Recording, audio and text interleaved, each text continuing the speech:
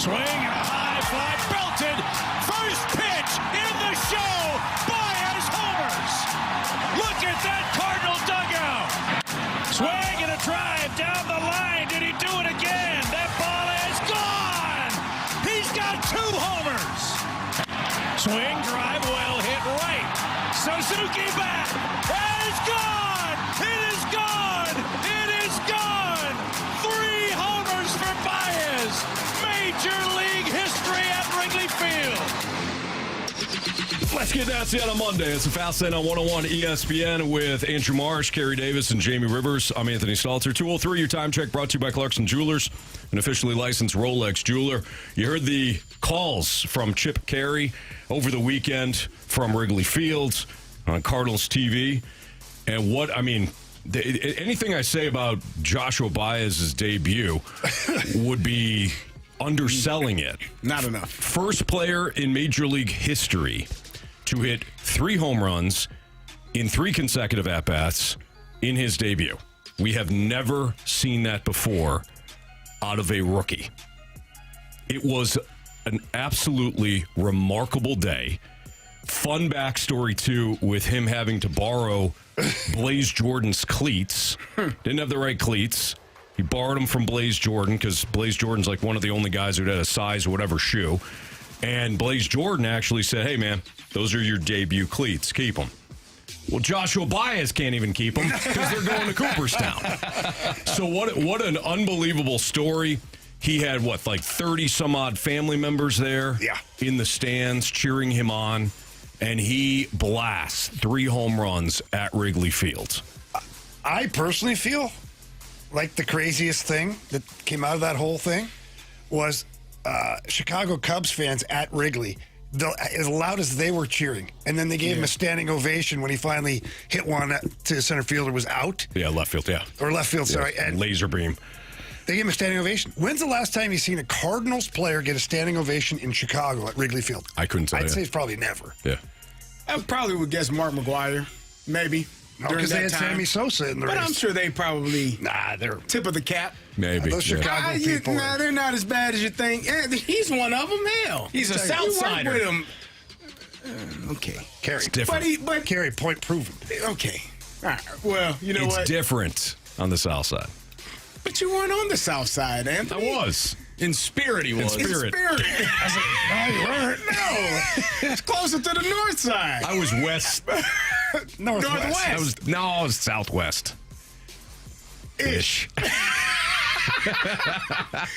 Closer to Wrigley Field than Comiskey at the time. About 10 minutes. Yeah. But I wasn't a Cubs fan. So, no, unbelievable. I think one of the most impressive parts is that he hit a fastball to center. He pulled a slider and hit a changeup for an Oppo taco.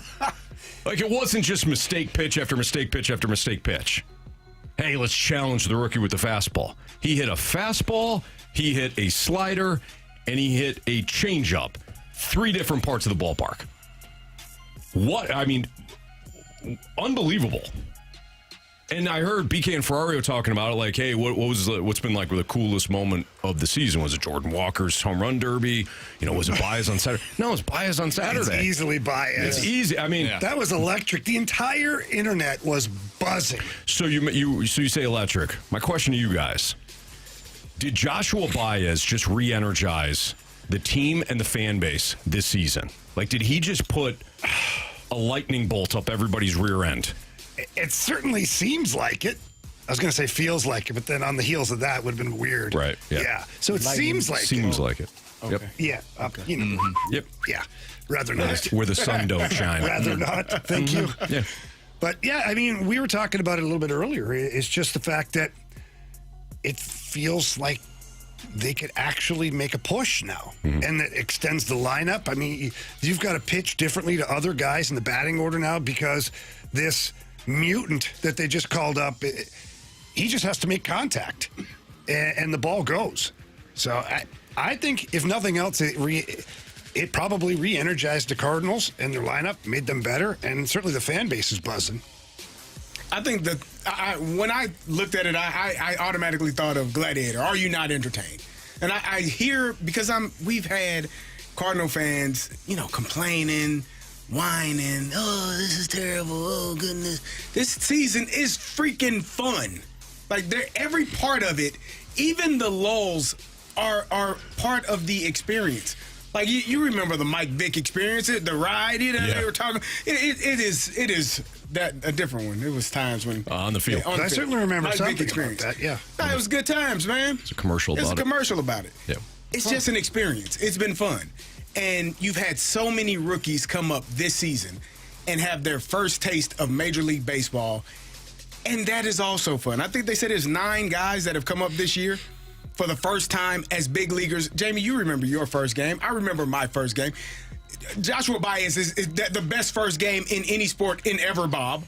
Like, I don't know Austin Matthews had 4 goals his first NHL game. That's pretty damn good, too. Best Major League Baseball debut. Best ever. Like, it's fun.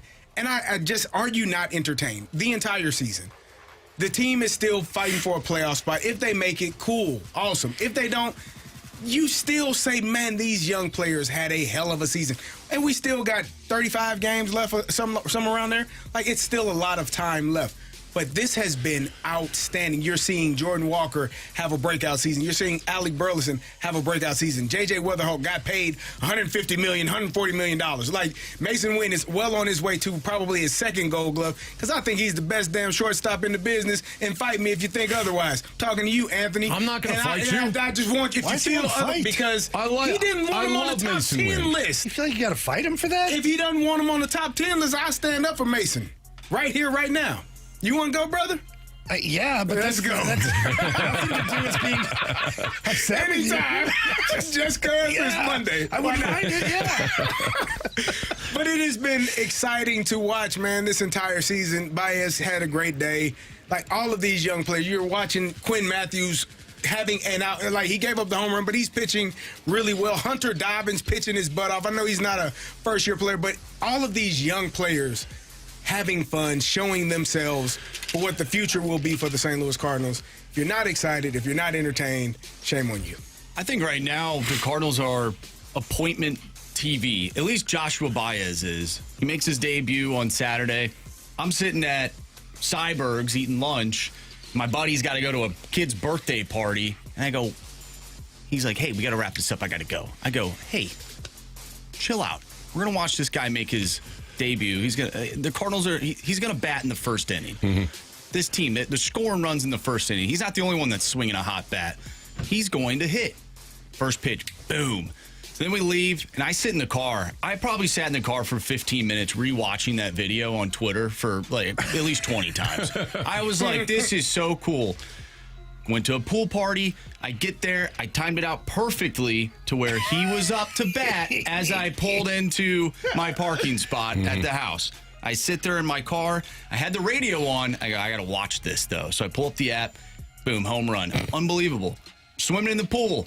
Kind of watching the game. Oh, Báez is up. Let me get out of the pool and go. Like, appointment TV. Jamie didn't even believe me when another one. The third time you text the group, I was like, no, now you're just lying. There's no chance. It was incredible. That is a day that you probably won't forget in your sports fandom history, because it was history. It was so much fun to watch. And even yesterday, I know he went 0 for gopher, but every at-bat, I was, hey, what do we do? I'm going to pause. Timeout on the field. I gotta watch him bat. Yeah. Same thing today. You're not wrong, Marshy. I was me and the kids, the younger ones, they're all going back to school. Took them back to school shopping. West County Mall. It was slammed. I don't ever advise going Don't there. suggest it. It was not fun. It was not good. However, I was watching our text chain. I couldn't watch the game. People everywhere and whatnot.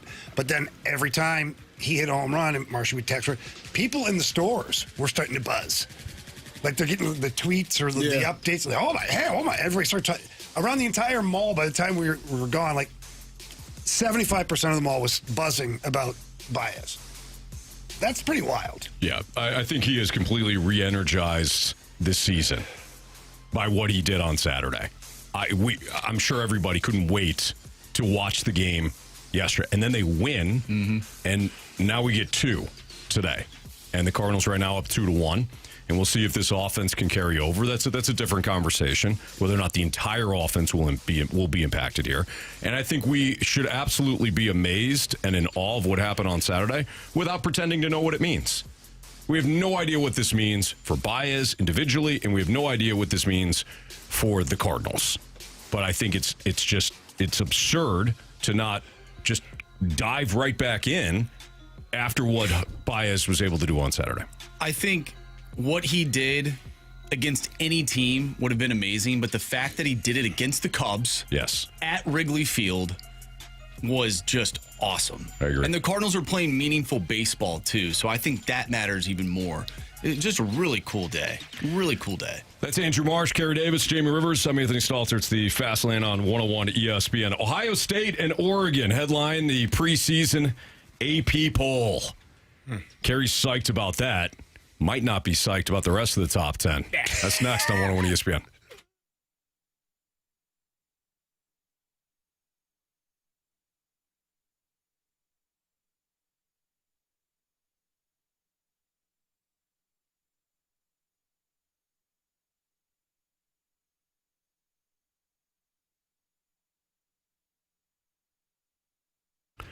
Hey, if you haven't checked out Auto Centers Nissan and what they have going on throughout the month of August, you might be missing out on a brand new ride at a very affordable price. If you are searching for new Nissans, Auto Centers Nissan, they've got them. Select new Nissans are available with 0% APR for up to 60 months. Plus, every new Nissan comes with their 30-day return promise. So you drive the vehicle off the lot. If you're not completely satisfied with the vehicle, maybe you're having a little buyer's regret because you're like, you know what? I actually like maybe the Nissan Murano as opposed to the Nissan Rogue. No problem. Within 30 days, you can bring it back. They'll refund your money and set you up with something else.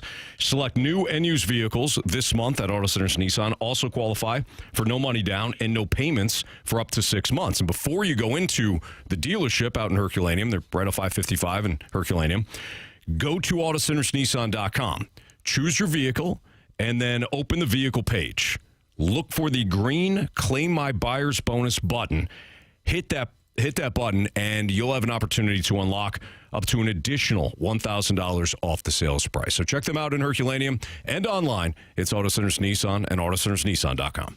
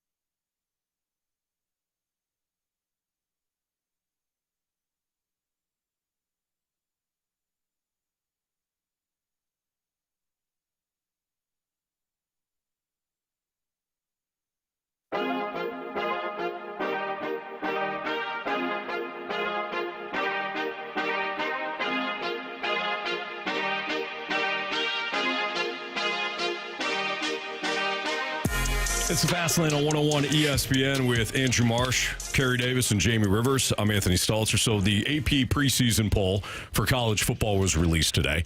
What does it mean? Well, nothing, because we haven't seen these teams play. I hate these. Yeah.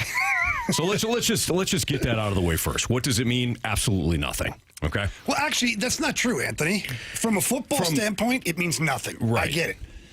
But it means something because there are teams that can get totally screwed over. Bingo. By this whole thing. Bingo. You nailed it. It means nothing from, like, where should these teams rank? We haven't seen them play. But to Jamie's point, thing you alluded to was where they're ranked does matter because it's an idea of where the committee may rank these teams. Ohio State at number 1 makes sense. I don't have much issue with it. They're one of the most talented teams in the nation. Oh, they got Artie the Party, too. They've got Artie the Party, so you know the tight ends are going to be popping. Loaded offensively. They're coming off a championship caliber season. I know they fell short. Indiana won it all. They have the experience in quarterback Julian Sayin. They've got one of the best players in all of college football in Jeremiah Smith and a proven young running back in Bo Jackson. So no issues there. He was really good. Yeah. He's a good baseball player, too. Different Bo Jackson, though. Oh. Different Bo Jackson. What are the odds? Here's the question, though. Are we ranking the best team or the team that everyone's just kind of the most comfortable with having at number 1? I don't know. I've said this in the past, except for last year because Illinois is ranked in the top 10. Preseason rankings are a waste of time. Because, again, you don't know. I'm looking on this list, and obviously I want every Big Ten team to be eligible to be on this list. Penn State is number 18. How many games did they win last year, Anthony? 6. That'd be good if they won 6. 4. Oh, they won 7. 7 and 6. Way better than you thought, Carey. I thought you had the number in front of you. They're 7 and 6. But they were 3 and 6 in the Big Ten. Mm-hmm. Like, watching them, and this is, again, that's one team, and it is a Big Ten team, so there you have it, folks. I do call out nonsense when I see it. I don't think that they should be a top 25 team. And you lost your head coach. You got a new head coach in there. You got a new quarterback. I think they believe Rocco Beck and that staff and Matt Campbell, they're going to be much better than what they were last year, but they haven't done enough. So every single year we go through this, and we look at teams and we say, oh, this team is ranked here. And by the end of the year, like, how in the hell were they a preseason top 10 team? Yeah. Like, who in the hell decided that? How didn't you at least watch one game, especially now more so than ever, because every single year you got a new group of players taking over on a team. You got new quarterbacks, you got new rosters, you got new everything, new offensive linemen, head coaches, that offensive coordinators that are left to become head coaches, position coaches, flip-flopping. You just do not know how well a team is gelled in the offseason when they have so much transition. So for me, it's intriguing to see, how they decipher who is who, but I would personally do away with the preseason rankings. Give me a ranking after 1 or 2 weeks. And then I can really gauge after watching that current team, because the team you saw in 2025 is not going to be the same team you see in 2026. Mm-hmm. Not the same players, not the same coaches in some instances, and sometimes not even the same scheme. So good luck. That's why you and I think, Anthony, agreed that these polls should come out like after week 4. Mm-hmm. Like, I think that's a good foundation right there. You should know kind of what a team is 4 games in. This is a silliness to me. Yeah. They haven't done anything. They haven't ran a set of downs yet. Like, right. It's like on the paper. Okay, great. We'll put that over here. Mm-hmm. Means nothing. Now you can calculate and make assumptions based on, players that they have and whatnot, but you still got to play the damn games. Yes. So I just don't like this. In the last couple of years, I've just seen too many teams affected by the preseason rankings. When if they just would have waited, it would have organized itself a lot easier. Well, Oregon is a perfect example of that, too. Oregon typically falls short in the biggest games. They're ranked number 2. It's kind of fascinating because they are moved now into hey, you're not a team that's got a lot of potential. No, you're one of the teams expecting to actually win. Period. And for Oregon, I'm sure that's an uncomfortable, maybe not for the players and the coaches, but for Oregon and people who observe the program, I'm sure that's a little uncomfortable Because Oregon plays much better as a, hey, we got a shot, man. We're talented. We're super talented. We're kind of under the radar a little bit. Like we're in that 5-6 range. We're not. Yeah. No, you're 2. You're 2 now. So the expectations are sky high. At least with those two teams, and I know like Oregon and Ohio State, you at least know their best players are back. Jeremiah Smith is the best player. Caleb Downs is gone. He was the best player on their defense. And Sonny Styles was the second best player. Like, they lost a lot of talent on their defense, but their best offensive player and their quarterback is back. Same thing for Oregon. Same quarterback is returning. They're going to have a new offensive coordinator because their OC is now the head coach at Kentucky, I believe, Will Stein. They are going to be a little bit different, I'm sure. I don't know if it runs the same. You look at Notre Dame at number 4. Who was their best player last year?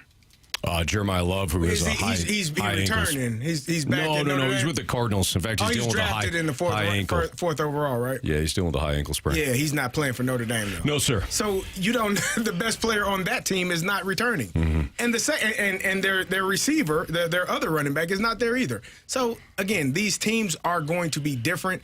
I just don't know enough to say, all right, I like this. I think this is great. He's outstanding. Right. I can joke around and say, oh, it's great to have Ohio State and Oregon as the number 1 and number 2 team. But honestly, I don't know what they're going to be until I watch them for 2 weeks. 2 to 3 weeks to have a gauge on who these teams really are. Do you think these teams are sort of ranked by the returning quarterback and the level of confidence in said quarterback? And then we just go forward with that? I think you asking that question after what CJ just said about Notre Dame is important. Because CJ Carr enters the Heisman race. CJ Carr is returning after Notre Dame was left out of the playoff last year. They finished 10-2. They have a 10-game winning streak. And again, CJ Carr is at least on the Heisman watch list going into the season. So yeah, Marsh, I think in a lot of ways they are. George is similar, but obviously Gunnar Stockton's not somebody that is drawing Heisman praise. I just think Georgia, while not a sexy preseason story, we have seen it before. We know that they're going to be good. We know they're going to be competitive. They're kind of a safe 3. We know you're not going to embarrass us. I think the one that's kind of sitting pretty is Texas. Texas is at number 5. We know the story from last year. They were number 1 coming in. They had to play on the road at Ohio State, lost that one, and the season just never felt like it got back on track. Now they're 5. I think they could probably make more ground up now and be in the playoff mix toward the end, as opposed to last year where all the eyes are on them. They're number 1. You got Arch Manning starting, and it just seemed like they were kind of destined for failure at some point. And they did. It was right out of the gates they lost. Yeah. So I think Texas at number 5 is kind of sitting pretty. So a couple of weeks ago, I believe when we were at Centene, we did the coaches poll. Mizzou was 25th. Yep. And in this poll, they're 25th once again. Is it beneficial for Mizzou to be in the top 25, or do you think it'd be better if they were like a dark horse in the SEC outside of the top 25? No, I think them being ranked number 25 is probably good. Sets high for the program, high expectations for them. It gives them a little bit of juice going into the season, and we know at the start of the year is usually a cakewalk for Mizzou. So they might be able to kind of climb up. Well, the opponents aren't very great, Jamie. You know that. It's a big games coming up.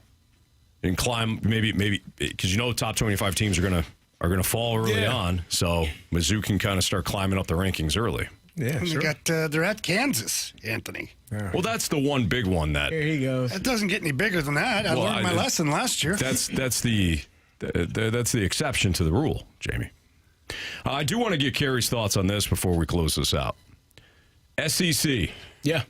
9 teams ranked. Congrats, man. Best conference in football, so they say. 5 in the top 10. Man. I don't believe you, Carey. 5 in the top 10. 5 in the top 10. Man. I don't believe that damn SEC knows ball, don't they? Yeah. They can keep being in top 10, top 25. That's cool. We'll holler at y'all in January. Okay. Yeah. And by we, you mean Big Ten. Yeah, man. That's where we'll be. All right. Let's see where you fools are. You talking to the SEC Nation or us? Yeah, SEC Nation. Okay, all right. It felt attacked. I felt attacked there. I don't know why. It just felt weird. All right. Any other thoughts? Yeah, man, I think it's gonna be fun. Good. I'm excited for the season to begin. We're what, 2 weeks away? Yes. 2 weeks away from college football, man. Two weeks away. You got Bill Belichick in the opener. Oh yeah. Who does?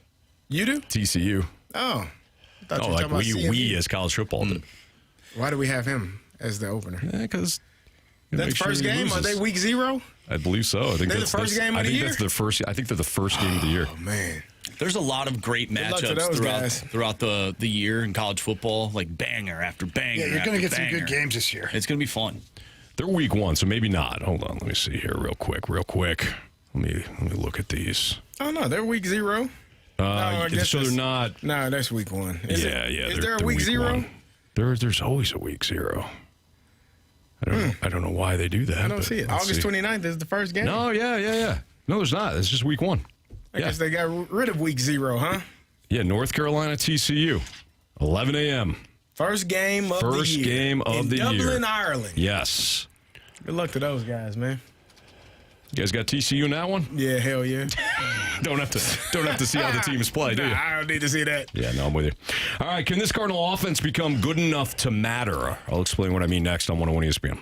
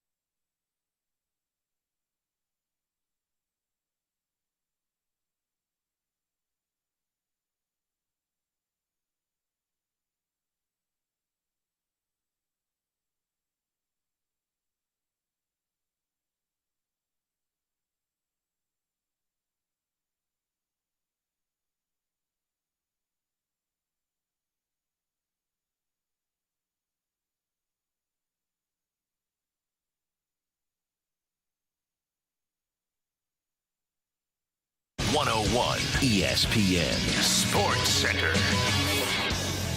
I'm Andrew Marsh. It's time for a Sports Center update brought to you by Saliga Heating and Cooling. After an historic Saturday for Joshua Báez, 3 home runs in his first 3 at-bats. The Cards follow up yesterday with an 11-4 victory at Wrigley. They take the series against the Cubs, and right now they're taking on the Cincinnati Reds. Game 1 of a doubleheader. Cardinals currently lead 2-1 in the top of the 7th inning. We'll keep you updated on this one as we move along throughout the show. I'm Andrew Marsh, and the Sports Center update is brought to you by Saliga Heating and Cooling, a Daikin heating and air conditioning dealer.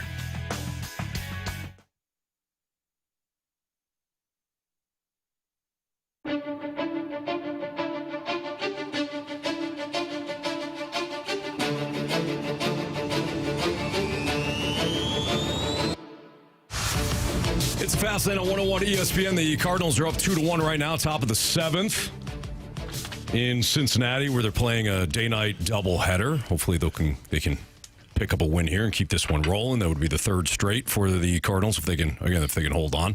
One of the lightning bolt players over the weekend, Joshua Báez, has just, we talked about he has re-energized this lineup. But the bigger question is, has he also lengthened the lineup? Because if he has, then can this offense become good enough to matter?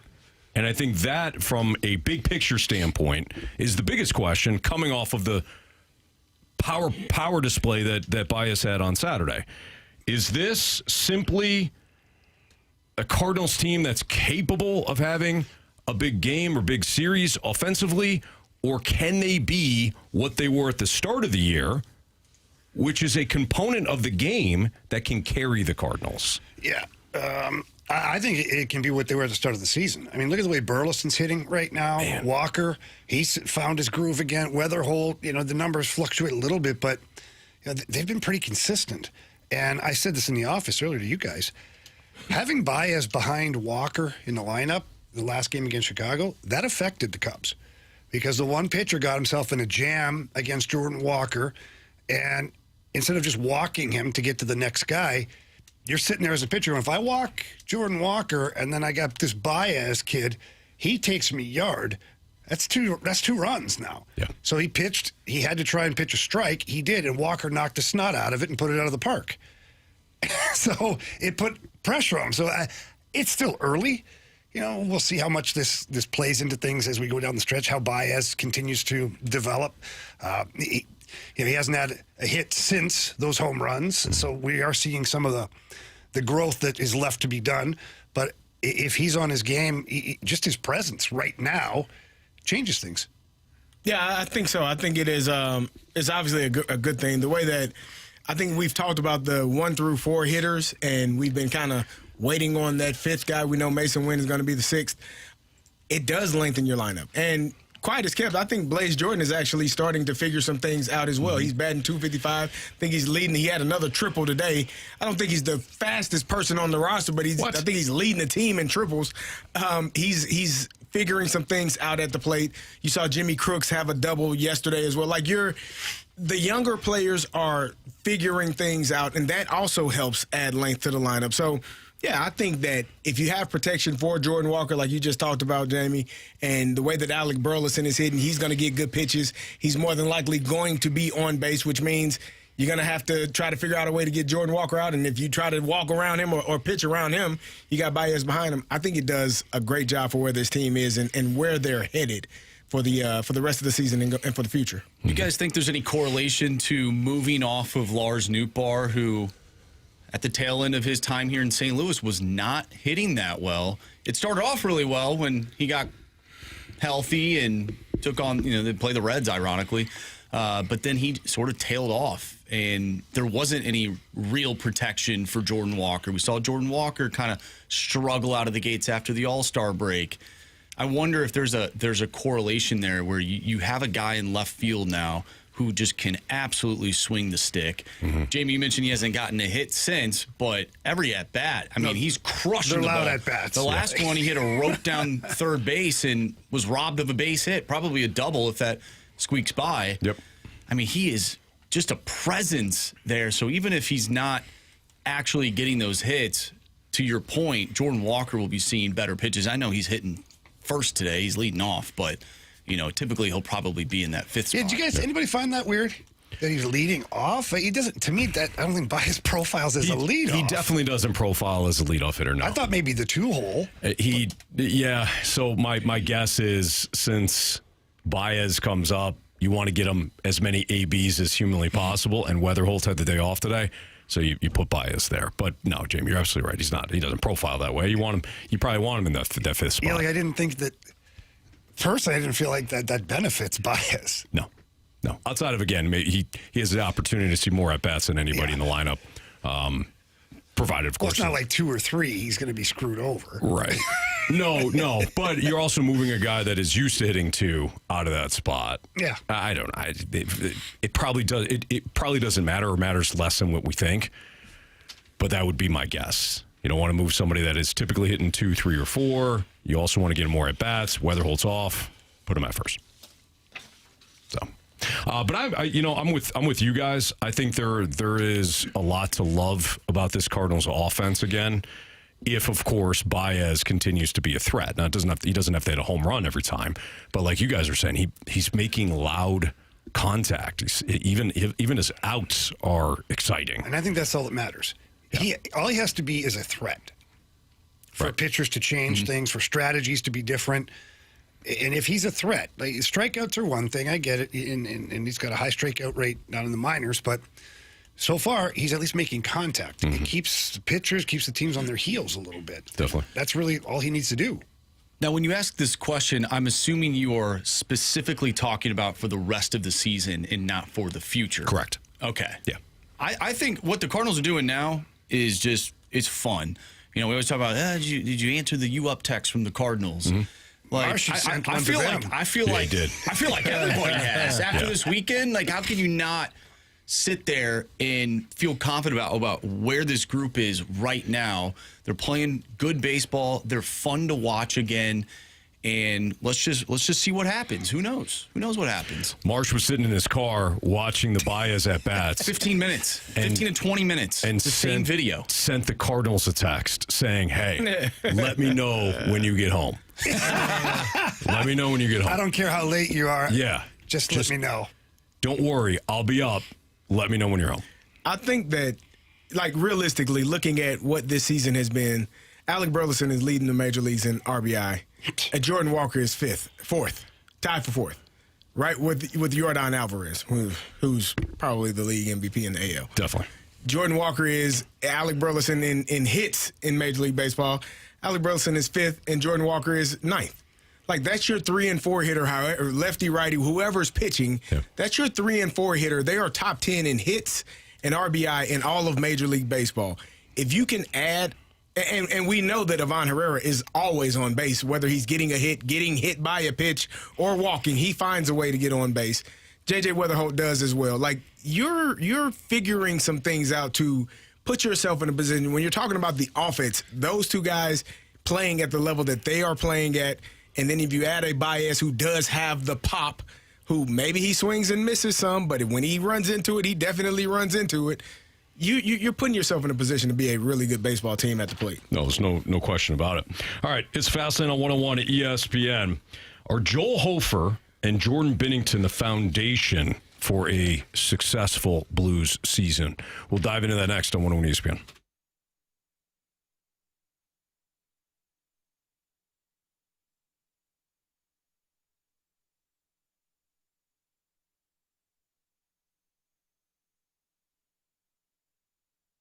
Nobody does it better than my friends over at Circa Sports. Derek Stevens, the owner, a long time ago was telling me how he wanted to create the world's largest sports book in Las Vegas, Nevada.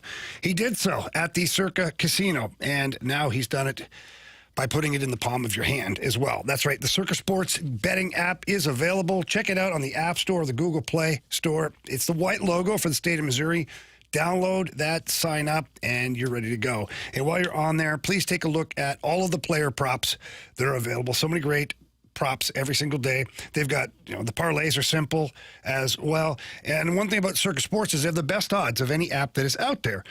That gives you a chance to have bigger payouts. And there's very high betting limits, and they don't cap you, block you, or shut you down if you start winning. No, they're happy for you. They want you to keep going and keep using that Circa Sports app. It's also extremely user-friendly. It's sports betting the way it really should be. So please get on there, download the app, or visit them at circasports.com. Again, that's circasports.com. Must be 21 or older and in Missouri. Gambling problem? Call 1-800-GAMBLER.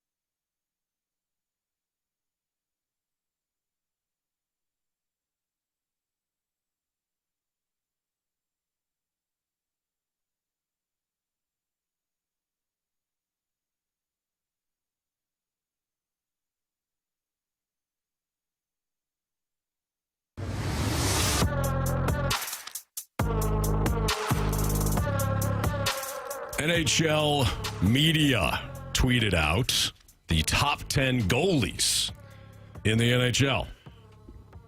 No argument with number one, or I highly doubt there's going to be an argument with number one, and Andre Vasilevsky. Yeah, he's pretty good. Yeah. Hellebuck is 2. Yeah. Certainly from a regular season standpoint, no question about that. Shesterkin is 3. Bless you. I don't... he's top 10, but I don't think he's third. But. Sorokin of the Islanders is 4th. Jeremy Swayman is number 5, Boston. Logan Thompson is number 6, Washington. Jake Ottinger is number 7, Stars. Dan Vladar, Philadelphia, is 8. Wallstead, number 9. He's with Minnesota. And then Jakub Dobesh. St. Louis's own. Montreal, number 10. No Hofer. What? That big of a shock? Probably not. No. But, Jamie, this does lead you to the question of whether or not Hofer and Binnington are the foundation for success for the Blues this season. Yeah, as I was kind of diving through some things, I was thinking about the upcoming season for the Blues and how you build a winning team. And in baseball, pitching. In hockey, goaltending. That's your starting point. If you can lock that down, just like if you have a great 5-man rotation, it certainly helps you, especially come later part of the season and playoff games. And we all know what Jordan Binnington is. Now, I think Binner is going to be pushing for a bounce-back season this year, even though I don't think he had a bad season last year. But he did lose his job to Joel Hofer, whether he lost it because of play or the Blues gave it to Hofer because of development. Not sure which one was which, but Hofer took that ball and ran with it. So Jordan Binnington, not traded like everybody thought he was going to be, at least not yet. I don't think he will be either, not until later part of the season, if they even decide that. He wanted to have a great summer, come back, and he wants to compete for his number one job again, which is what you want. But then you look at Hofer, and I found this little nugget here. In the last 2 seasons, Joel Hofer is 7th in the NHL in save percentage for goalies who have made 75-plus starts. It's pretty good. Yeah. So, he may not be on this person's top 10 list of goalies, but he's in the top 10 save percentage with 75-plus games. Mm-hmm. So, the future looks bright at the goaltending positions. What can the Blues ultimately be with Hofer being a number one or Binnington being a number one and they're pushing each other all season long?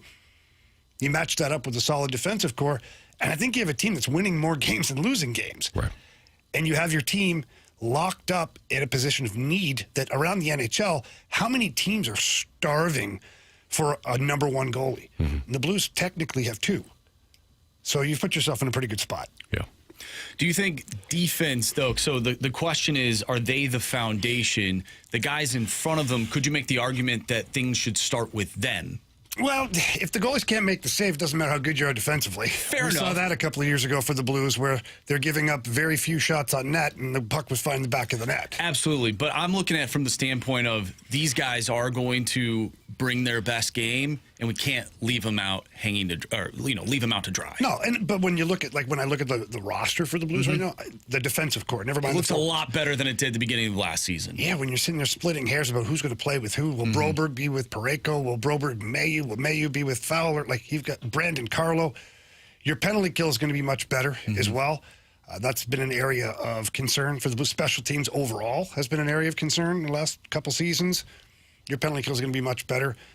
So all those things combined, you should be giving up less goal-scoring opportunities and also less goals because you got the guys between the pipes. I was thinking about this today because I did see the list that you brought up, Anthony, and not seeing Joel Hofer on there made me mad as a Blues fan, but I get it. But I was thinking, out of all the players on this roster, does Joel Hofer have the most upside for his specific position? Can he be elite as a goaltender compared to other players being elite at their specific position? I think he already is, right? If you look at his body of work to close out the season last year, the whole season, he had a little bit of a rough start to the season. He had a couple of them that got away on him. But overall, he was a lockdown guy. Talking to teams across the league and talking to players and coaches and on a daily basis, they were just like, he really has no flaws to his game. He's a big kid. He plays the angles very well. The rebound control is there, and he handles the puck as well as anybody, if not maybe the best in the NHL. Him and Jordan Binnington are both excellent puck handlers. So when you see that, I think he's already there. Now it's just, can he do it year after year after year? Right, and that's what ultimately makes somebody get to that next level is the consistency year by year. And playoff wins. He doesn't have a playoff win yet. Well, that's going to be the biggest question for the Blues. 100%. If both goalies have solid seasons, I don't care who has more starts, but if both goalies have good numbers and playoff round 1 comes and game 1 comes, who the hell are you starting? Well, I think so. In order to answer that, I feel like we have to establish where the Blues are in their current cycle of contention. Because if you believe it's also that, your last year at Jordan Binnington, too. Absolutely. So that's part of the question. Yeah. If you believe that Joel Hofer is that guy moving forward for you, Wouldn't you want him I don't know, man. dip his toe in the water? If Benner's had a good season, I get it. and Hofer gets more starts, but Yes. Benner has a good season, maybe they're equal in numbers as far as save percentage and things like that. It's pretty hard for Jim Montgomery to look in that locker room at some of the other guys, especially like a guy like Colton Parayko, who won a cup with Jordan Binnington, and look at that guy and go, yeah, we're going with the guy who's never played a game before. And it's not maybe that's not fair to Joel Hofer because you can't get your first win unless you get your first start. Right, yeah. I mean, I was just... But how short is the leash then? Is it the Ville Husso situation where 3 games in, you're like, yeah, we're done. Yeah. But you feel good about that particular situation because you have a Stanley Cup winner who you can just plug right in and feel really good about. Yeah. I just think it's an interesting It might be if the Blues conundrum. If the Blues are a playoff team, that will be the biggest question, depending on how they look, of course. Yeah. But even like Jordan Binnington, even if he doesn't have the regular season that you would like him to have, he just flips the switch. The aura is there. So it's going to be interesting. It's going to be fun. Either way, if the Blues are in the playoffs, that's going to be awesome. And again, you have a 1A and a 1B, and I don't know who's who yet. This goaltending competition is going to be a fun one to watch because both of these guys support each other tremendously. They go over situational things. They talk about video. They do all sorts of great things together. So watching them compete ferociously against someone that they like, that's going to be fun.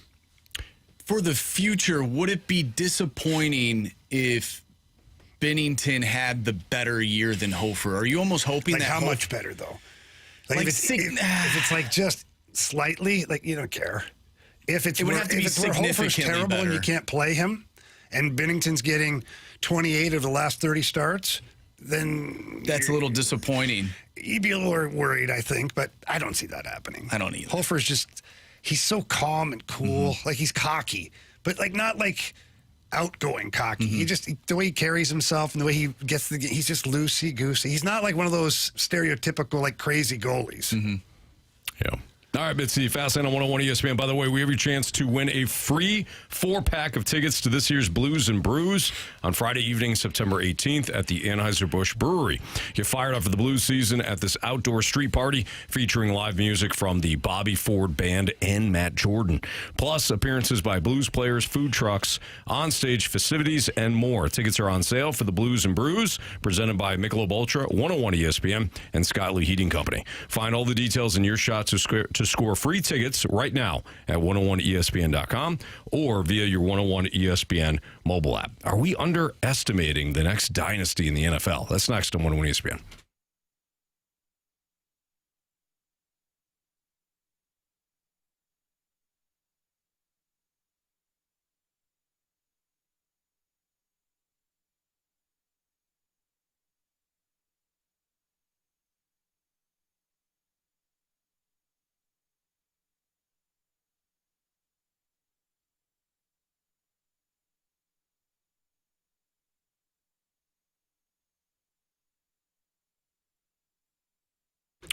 Carey, when you're feeling good, it impacts so much throughout your life. And that's why I highly recommend, and I know you do as well, going down to one of the 2 locations of Mentality. I go to the one in South County. CD usually goes to the one in Chesterfield. The same great people are at both locations. So it's not like you're missing out. It's just a location thing, whatever's convenient for you. But when it comes to Mentality, Carey, I noticed that once I started to feel good, my mood stabilized, I started to get some more motivation back. I was in the gym. When I got in the gym, I started to eat better. I started to feel right. And you just overall start to feel younger again, which is great because you got all that energy rolling through you. Yeah, you definitely feel better. And that's the thing about Mentality. They're about real medicine. It's not the new, off-the-shelf, new phase thing that is going around. It's about real medicine. They take real blood from you. They figure out what's going on with your body and try to figure out how to make you the best version of yourself. So get down there. As Anthony said, 2 great locations, one in South County, one in Chesterfield. Tell them we sent you in. They love to hear it, and they'll take care of you. Yeah, if you are low on testosterone, it's nothing to be ashamed about. Carey and I both went through the Mentality program and understood that we were low on testosterone. It happens to guys. We get a little bit older, and testosterone levels tend to dip, and then all of a sudden you start to feel lethargic, or you're not in the right mood, or anything like that. Go down, see the fine folks at Mentality, or book your appointment online at lowtusa.com.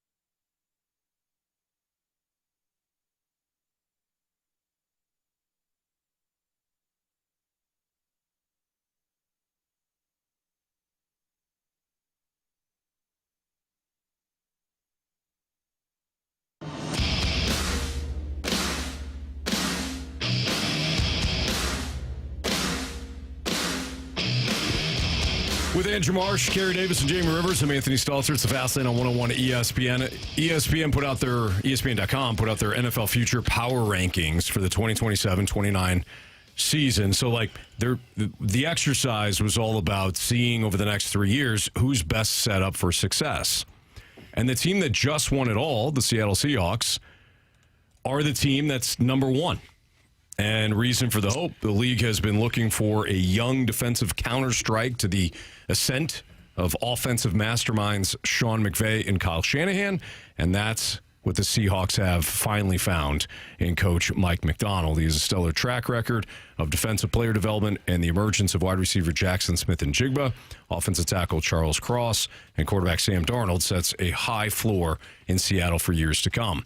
So I started thinking about, well, they just won.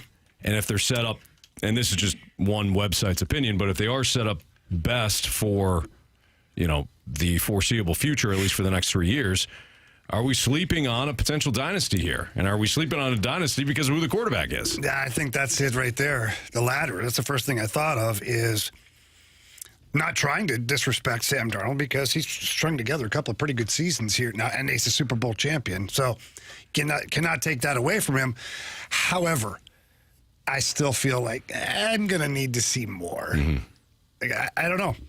So for me, it would be the latter where the quarterback gives me the biggest pause for this to be a dynasty. For me, I think that the fact that they are bringing back essentially the entire defense that they had that helped them win a Super Bowl last year, that does give me confidence that we saw how well they play. We saw how quick they are, how aggressive they are. And I think I know we give a lot of credit to Jackson Smith-Njigba and him being the Offensive Player of the Year and Sam Darnold playing at the high level that he did. But this is a defensive-led team. Mm-hmm. Like I think their mindset is more rough and rugged than we probably give them credit for. You look at Jackson's JSN and say, oh, man, he's outstanding. He is. And he did a fantastic job. But I think if you were to get down to like the core of what that team is, they'll tell you we're a defensive team first. We'll run the ball. We're a defensive team. And based off our play action, that's why we are able to have JSN catch as many passes as he does. But this, to me, and just that snippet of Hard Knocks that we were talking about last week where Mike Macdonald was, going after Derek Hall. Like, hey, this is how we do it. And Derek Hall just walked away like, yeah, okay, this is how we do it. Stay away from the quarterback, play hard, play smart, play aggressive, but don't hit our guys. When I turn you loose on Sunday, first game of the year, whenever that game is, go knock that guy out. Yeah. Go hit him as hard as you can. But right now, play smart. So I do think that they are a defensive-led team, and I do think that they have some of the characteristics of a team that could run it back again. Do you think the conference they play in, though, might have something to say about this?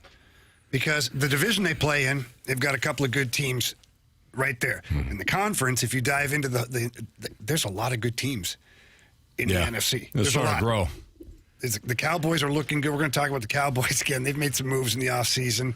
The Eagles are part. Like, you've got some teams that could, even though you could be a dynasty-type team, you may not be because you run into a freight train in the Rams or in the Eagles that year, or someone gets it like, I don't know. The Bears are up and coming. The Bears are up and coming. The Bears are up and coming. I don't think the Lions are quite dead.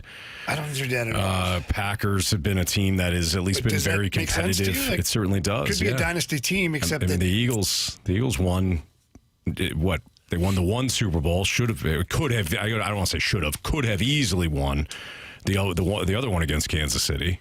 And they're bringing back a lot of their talent, say for A.J. Brown. When I go back to the question about dynasties, can a defensive-led team put together a dynasty?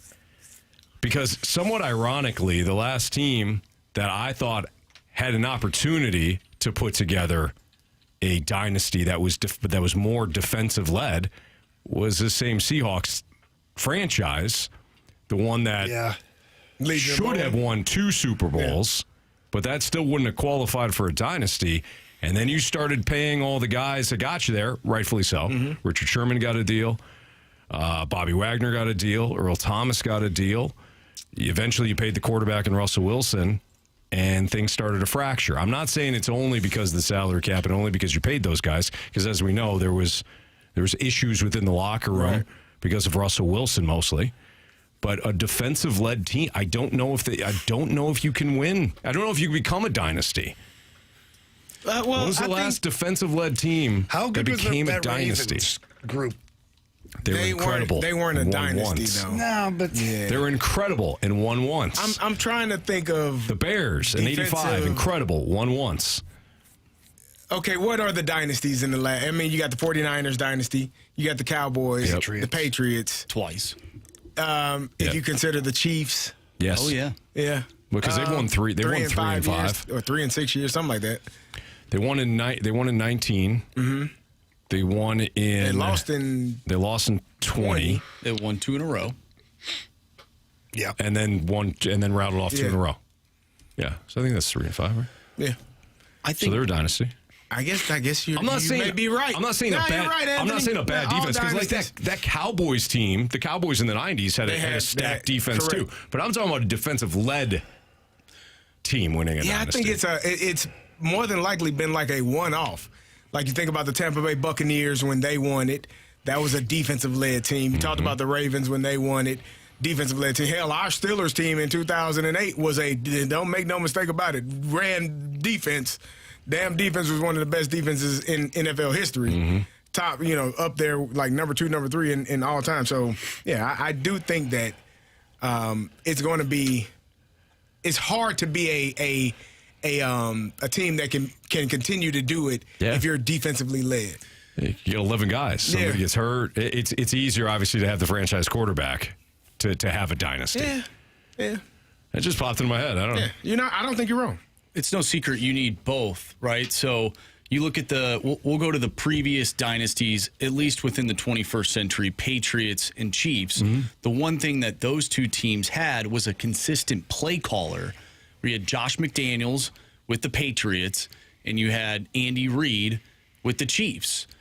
When I look at the Seahawks, I think it'll be hard for them because they have a different play caller on offense now. Mm-hmm. Same thing with the Eagles. I thought the Eagles would be the next dynasty in the NFL, but they keep switching play callers. It's hard to be consistent when your offense is switching every single year or maybe once every 2 years, whatever it may be, because your team was so good that they have to... They get plucked. They get plucked. Yeah, your personnel and your staff gets plucked. And Josh McDaniels was plucked, didn't do well as a head coach, went back to the Patriots, and they continued doing Patriot things. And Andy Reid's the head coach, so he's not going anywhere. Mm-hmm. I think it's difficult to do both. I mean, look at the Texans. Their defense is just as good as the Seahawks. Yeah. But they don't have it offensively. That's why they weren't in the Super Bowl. Correct. So to answer your question, I don't think you can have a defense-led team go the distance and create a dynasty. At least we haven't seen it. Our guy Splashback Deuce in the snake pit goes, can you have a defensive dynasty? Yes, of course. Has it happened yet? No. Well, we did get the text from the 636, the Steelers, the Steel Curtain. Oh, they're pretty good. That was in the 70s. They won 4. Yeah, but didn't they have Terry Bradshaw? Focus on what I'm telling you. In the free agent era. Terry Bradshaw is their quarterback. Free agent era. And Lynn Swann and Lynn Swann was pretty good too. Franco Harris. Franco Harris. Should we keep going? Mike Webster. Well, Mike was there. Yeah, Mike there. Yeah. Oh man, they had a lot of Hall of Famers, Anthony. They had a lot of Hall of Famers on offense. In the free agent era, can you have a defensive-led dynasty? I don't know, man. Because when the Seahawks, Legion of Boom, won their Super Bowl, they then had to pay everybody. So that I think is the biggest hurdle. It's very tough. If you get the right quarterback, he can mask so many weaknesses. Well, you can say somewhat of the same if you have an offensive-led team too, because those guys are all going to have to get paid too. True. Well, that's the conundrum, though, right? But, like, who do you pay? I just thinking. True, but I don't know if I can think of an offensive-led. Like I can think of obviously quarterbacks. Yeah. But like Aaron Rodgers and the Packers had some really good offenses. He won once. Yeah. What a conundrum. Tough thing, man. Twice today. Well, if you look at the Chiefs and their run, there were times where the defense really pulled that team out of a hole. Not a defensive led. No, not defensive led for the entire dynasty, but throughout their dynasty, there were seasons where they had a really good defense. And, obviously their offense with Patrick Mahomes is really good as well. But at times they struggled and the defense sort of bailed them out. That's why I qualify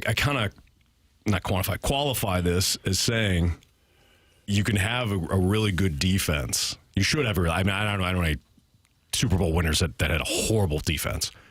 You need a really good defense to win it all. But I'm saying for a dynasty, like the Seahawks, if they win 3-5, it'll largely be because of the defense. Yes. And they might be the first one. Yeah, like the history shows us that it's not going to happen. They're going to fall short. They could be really good, but can they be great? I don't know. I think it's, again, history, I think, tells us otherwise. Big Steve just texted us, Báez 0 for 4. I don't know if he's trying to assume that he's the next Nolan Gorman, but it just looks different. Oh, he's 0 for 9. Last 9 at bats, he's 0 for 9. Yeah. Baseball's hard, man. You set him down? I don't see why not. Baseball is He'll probably hard. sit in game 2. Oh, no. He might. He needs what? He needs a day off? No, but they might say, hey, the young guy needs a little reset here. Give him a little breather. Cardinals. As Carey would say, give him a blow. Is that what he'd say? Doesn't hurt to get a blow. All the time. Wow. Doesn't hurt to get a blow every now and then. Certainly Need a does. blow. We still talking baseball? Yeah, sure. Yeah. Cardinals up 2-1, top 9. Once that game's over with, we'll have there it is. We'll have a full breakdown of the game. The most important questions, though, for the Blues heading into training camp. I know our guy JR, did the athletic mailbag. We'll throw some of these questions at Jamie. That's next at 101 ESPN.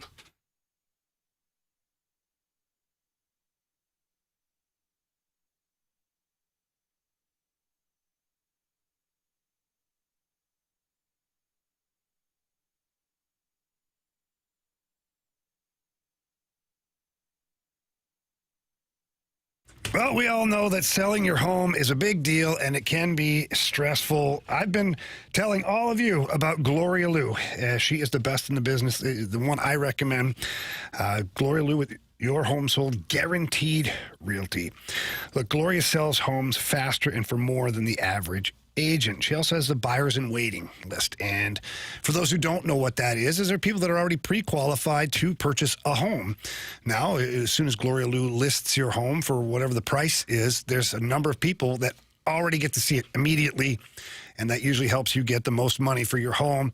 And it lets you sell quickly, too. And that's one of the advantages of being with Gloria Liu. Also, Gloria Liu, they're selling so many homes and they're expanding so quickly, they need more people for their team over there. So if you're a real estate agent or you're looking to get into the real estate game and you're looking to level up with the best in the business, Gloria Liu, give her a call. That phone number is 314-325-6888. That's 314-325-6888. Or you can always visit gloriahasthebuyers.com.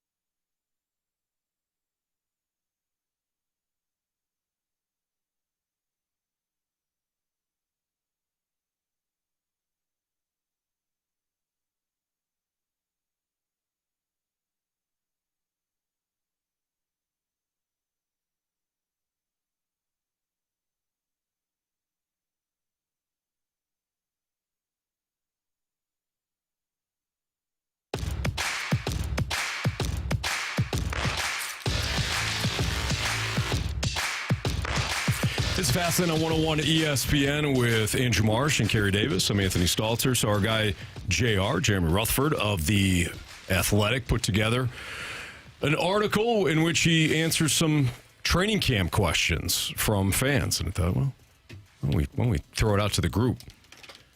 Why don't we start off with, will Thomas's line keep up its chemistry? So when you guys look at the Robert Thomas line, Robert Thomas, Dylan Holloway, Jimmy Snuggerud, that line is back together. They logged 254 minutes, 27 seconds off of 5-on-5 ice time together, and was on the ice for 24 goals, 4 and just 6 against, according to Natural Stat Trick. That line, Thomas, Holloway, Snuggerud, to me offers just an absolute ton of potential. And I think they work very well together. But, Jamie, some would say you know more about hockey than I do. So what do you think? I caution a little bit because the year before, the Shen, Kyrou, and Holloway line, too, was on fire, on fuego. And they didn't recapture the same magic. Now, I do think that these three players complement each other very well. They did learn a lot about each other towards the end of the season. I think that Jimmy Snuggerud really showed a lot of people he has the ability to make very, very quick puck decisions, and he's very good at passing the puck. Robert Thomas, we know he's an elite passer, but he also was the beneficiary, too, of Snuggy moving the puck very well to him and the quick thinking, the hockey IQ, that stuff. And then you just have your workhorse in Dylan Holloway, and he really drove that line. So I think that all the ingredients are there for them to have another really productive season, but, you can't just assume it's going to pick up right where it left off. Sure. I would say that if I was Jim Montgomery, the very first day of training camp, I'd have them together. Like a lot of times, coaches will kind of tinker around a little bit and try some players or give a young guy a chance on the wing with Robert Thomas. Not me. I'm going right back to that line immediately. I want them to find the chemistry quickly. Yeah. Would you also set all of the calendars and the clocks around the facility to say, I don't know, February 2027, so that they think that that's when they should start playing their best hockey? Come on, Carey. No, Hank. Coaches do a lot of strange things, man. They certainly do. Yeah. The idea, I think it's been talked about with management. That's what I'm hearing. Bunch of clocks, all the clocks, the TVs. But Doug Armstrong is worried that the team then won't know where the hell to go for their beginning of the season. So, like if it says Tuesday, February 14th, but you got a game in November, you may not get to the game. Damn it, man. It's not set up for success. But I like in theory, the idea is very good. Okay, I think that would, if you want line combination, continuity, and chemistry, hell, tell them it's February. That's not a bad idea. That's a horrible idea. It's a great idea. Jimmy likes it. That. I like the idea. Yeah. Okay. It's not forward thinking, Anthony. Practicality is really not there, but it's good. Okay. You know what, Carey? You're trying. You're trying. Exhausting all possibilities. Yeah. There's no bad ideas if you're trying. If you have a bad idea because you're lazy, that's bad. He knows. But if you give me a bad idea, as bad as that one was right there, okay? Carey was trying. Just trying to win a game, man. That's fair. Who will play on the top pair with Broberg? Last April, when I was and this is I, as in Jeremy Rutherford, when I was interviewing Hockey Hall of Famer Chris Pronger about his book, he brought up names of the best defensemen in the NHL today and the difficulty for teams to find a true number one. It's like this team, Pronger said of the Blues. Philip Broberg is not a number one. At the top of his game, he's probably a number two. That's my opinion. I think he's a great skater. He's got great instincts and defends really, really well. I don't think his offensive upside is the same as Quinn Hughes, Cale Makar, or Evan Bouchard. That's why when you look at him, he's not a number one. But that's not to say he's not a really good player. All right, so moving beyond that. Yeah. Who's on the top line with or top pair with Broberg? I don't see, in my own opinion, I don't see a world where you don't have Colton Parayko with him. For both players. Mm-hmm. But it really unlocks offensive potential for Broberg. And I think that's the key right there. You had the Logan Mailloux experiment, and what that did is it gave Logan Mailloux a tremendous amount of confidence and let him finish the season very well. But ultimately, Philip Broberg may have been holding back a little bit because he's with the younger defenseman who's just trying to find his way. I think with Colton Parayko, Broby can find his way up the ice all friggin' night long, like Lionel Richie, all night long. Yep. So I like Parayko in that spot. One could argue that Brandon Carlo, too, could be a guy in that spot. Problem is, I don't want Brandon Carlo. I shouldn't say I don't think he should be on the ice that much in a game. He should be getting the 17 to 19 minute package, not the 24 to 25 minute package. Yeah, but I think that's incredibly reasonable. Yeah. But he profiles as a stay-at-home defenseman, just move the puck, hold the fort down, so Broberg could start to go. Yeah, I think the question, sorry, Carey, I think the question is, can the Blues put Broberg in an environment where his strengths become more valuable? And the Parayko numbers are really interesting. So when you look at Broberg playing 766 5-on-5 minutes with Parayko, he produced 14 points and 43 shots. With Mailloux, as you just discussed, Jamie, maybe the mentality's different. With Mailloux, he had 367 minutes, 6 points, and 14 shots. Doesn't automatically mean that Parayko makes Broberg better, but it certainly gives Montgomery something to think about. And I just think that they profile as a top pair. They both skate so damn good for big guys. They defend very well. They got good defensive sticks. They're not afraid to join inside the offensive zone. For me, that's my top pair when I look at this team. I was going to ask, did you not like Logan Mailloux with Broberg last year? Did you think they didn't mesh up well enough? Here's the thing, Carey. Logan Mailloux, that was his first season in the NHL, and he still even got sent down for a little while to the American Hockey League. The exact same reason I don't really want to put Brandon Carlo up there is I don't see Logan Mailloux as an 84-game, 22 to 25-minute defenseman. Gotcha. Not yet. Could he get to be that way? Yeah, he could. But I feel a lot more comfortable with Colton Parayko logging those minutes, who I know can log those minutes, and Broberg we know can log those minutes. I think Cam Fowler in your second pair with Logan Mailloux, now that Logan Mailloux's had that good stretch at the end of the season, I think that pair looks substantially different next year. Then your third pair, we don't know yet. Brandon Carlo for sure. You have Tyler Tucker, you have Theo Lindstein, you have Adam Jiricek. You've got some options there. And again, because Brandon Carlo is that big, stay-at-home, shutdown type defenseman, I like him opposite of maybe one of the younger guys as well. The one other question that we can get to now is, what impact will the new assistant coaches have? I want to ask you specifically about Greg Cronin. Cronin, the Barbarian? Yeah, so I think everyone wants to talk about the players, but Cronin is coming specifically to work with the defense and the penalty kill. And the Blues allowed 3.10 goals per game and finished 25th on the penalty kill at 76.7%. So we're talking about a giant area of an improvement and an opportunity for Cronin. Yeah. Here's what I want. Here's what I hope gets communicated to the Blues players is that Greg Cronin is going to be extremely demanding. He is not polished. It is rough.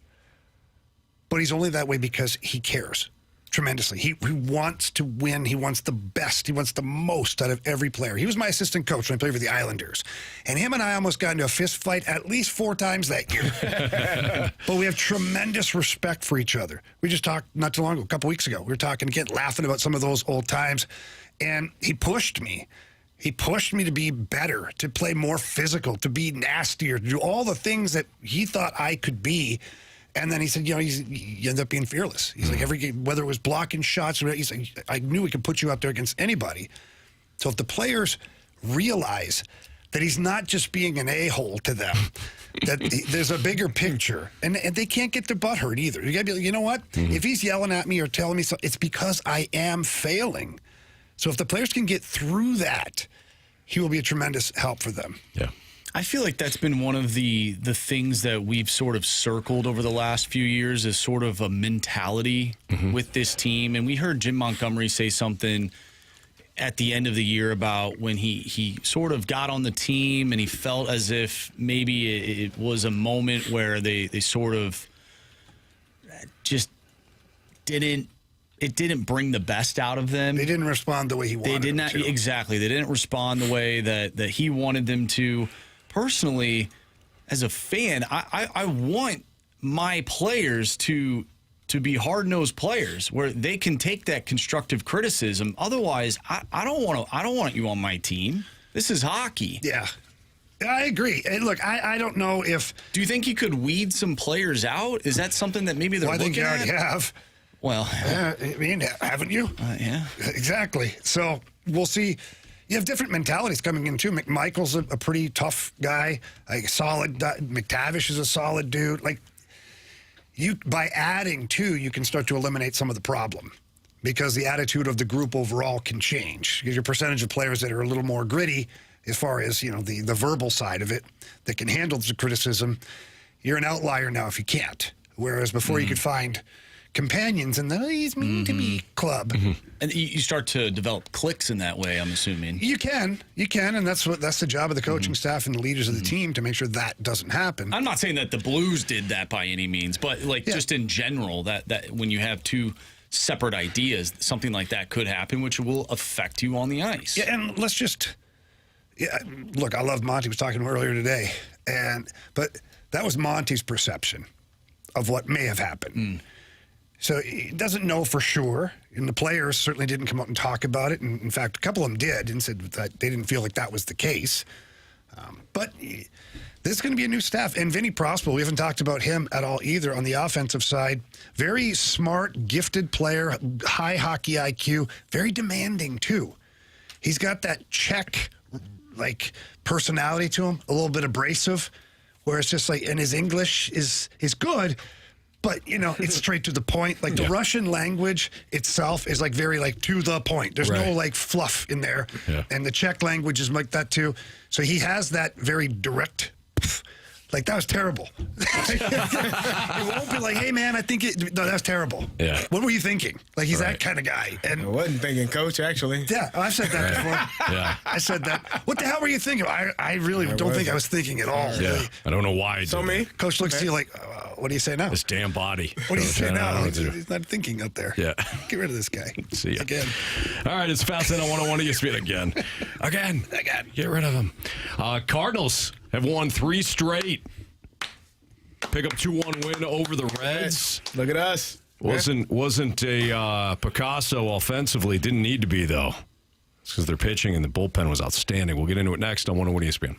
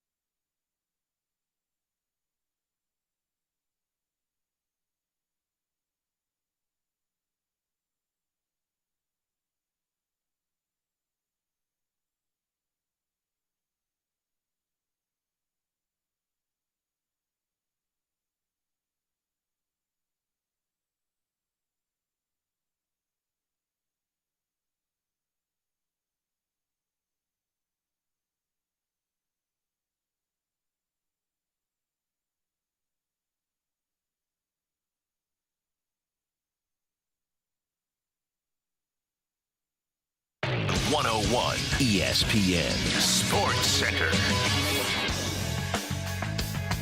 I'm Andrew Marsh. It's time for a Sports Center update brought to you by Universal Windows Direct. Joshua Báez made history on Saturday. 3 home runs in his first 3 major league at-bats, and the Cardinals are rolling. They picked up a series win in Chicago, and they just won Game 1 of today's doubleheader in Cincinnati.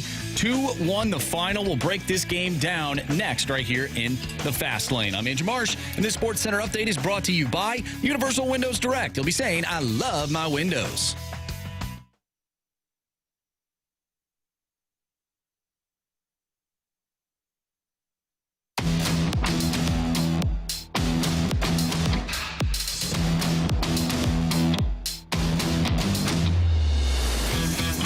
Have now won 3 consecutive games. They're only 3 games back in the wild card race as of right now. It's tied with the Marlins at 64 and 61. The Diamondbacks are directly ahead of the Cardinals at 66 and 59. The Padres, who have the third wild card spot right as of right now, are 67 and 58, same record as the Phillies. More importantly than where the Cardinals are in the standings is how they've played. Since dropping their first 5 series coming out of the All-Star break, they took 2 of 3 against the Yankees in the Bronx. They returned home and took 2 of 3 against Colorado. They went on the road against Philadelphia. I'm sorry, they hosted Philadelphia. They dropped the first game of that series, rattled off 2 wins, dropped the first game of the series at Wrigley on Friday, rattled off 2 wins, and won the opener today against Cincinnati. They got a doubleheader. Next game will be at 5:40. They've also won, fellas, in a variety of ways. 2 games at Wrigley. Offense was outstanding. Not to say that the pitching walked 3. Gastelum walked 3. Gastelum, 1 inning of work, 2 Ks. Graceffo, 1 inning of work, had a K. None of these guys gave up hits, by the way. Soriano did not give up a hit in his inning. Stanek allowed 1 hit, no damage. And then Riley O'Brien struck out the side in the 9th to close it. 31st save. The pitching today at the Great American Small Park was phenomenal. And they needed it. Yeah. So good teams find ways to win in a variety of ways. And the Cardinals certainly did today. I think that, we've had a team that at times is hitting on all cylinders, and that's what good teams do. At times you can tell that they are a young team and they're going through their lulls, and that's what teams do in Major League Baseball. But at the end of the day, the thing that I'm taking away from all of this is how exciting it is for younger players to be getting their opportunities in the big leagues and having success. Quinn Matthews only pitched 4 innings. Gave up 2 hits. One of those was a long one. It was a home run, but still feeling his way. He threw 95 pitches. Ollie said, okay, let's get him out. And then you go to another guy who got his debut as well, Gastelum, and say, hey, go out there and show us what you got. 1 inning, no hits allowed.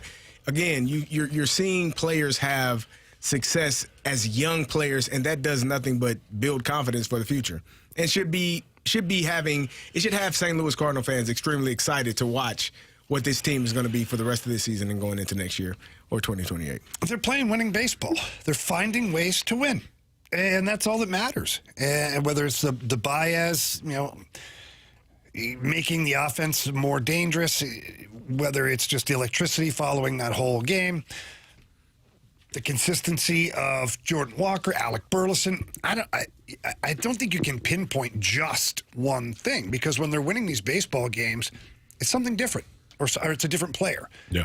So I like the way they're playing. They have a real opportunity coming up in the near future to do some damage. 4 left against the Reds, and a lot of their games are against sub-500 teams. Yeah. Heading down the stretch. That doesn't mean they're automatic wins, but in theory, you should be able to win more games than you lose. Mm-hmm. And if you keep doing that at the pace that you're doing right now, you are going to find yourself right in the mix. Do I think they get in? I don't know. Because I feel like we went through this before. Yeah. Where they're so close, and then they lose a couple, and the other team wins a couple, then they fall back. It's really difficult. Still in play. Yeah. It's still in play that's exactly what happens. But for now, they've given themselves a punch in the arm. So Joshua Báez led off today. He got hit by a pitch, wound up scoring one of the 2 runs for the Cardinals, but he was 0 for 4. 0 for 4. He's now 0 for 9 in his last 9 at-bats. It's still early. Do you guys send him down? Nah, man. Well, Or release him? Outright release. It's how the at-bats look. And I lost the numbers here, but that one down third base, Marshy, like almost 112 miles an hour off the bat. Then another line was like 107 miles an hour. So he's crushing it. the baseball. He's just not getting any luck, as dumb as that might sound. It's not like he's whiffing up there every time. Yeah. Well, his strikeouts, we know that he strikes out, but even his strikeouts don't look egregious by any means. He watched one in his last at-bat, low in the zone. He watched that one go by, caught looking, but still a decent at-bat. He's not going to hit a home run every single time. I said it in the office before the show. Oh, man. I was like, oh, man, I expect him to hit a home run every single time. You know what's funny? This guy's actually really fast, and we haven't even seen him show off his speed. Well, he almost beat the one out. What did you say off the bat? 112. 112 off the bat. Yeah. But he almost beat it out. It was going close. to first today. So you're right. There's some speed there. And we did get a text from the 636. I guess the league has already figured him out. I don't think so. I don't think so. Well, this goes back to my point when we let off the show. Like, look, we absolutely should be in awe of what we saw on Saturday without saying it means much. You know, it was a great moment. We have no idea what it means. We have no idea what it means for Báez. We have no idea what it means for the offense. But now that we've seen it, and we know that it's not like he had 7 home runs when he got called up. We know the power's there. Yeah. And it was already on display in his first game. So I'm excited. Like you guys said, the ball's jumping off the bat for him. And hopefully this winning streak can not only continue, but if they rattle off a really hot winning streak, you get right back into this wild. They're already in the wild card race, but you maybe get that 3rd spot. So Burleson was the one that delivered the RBI double earlier today. And we did get a text wondering if Burleson has passed up Walker in terms of the Cardinals MVP this season. Let's talk about it next on 101 ESPN.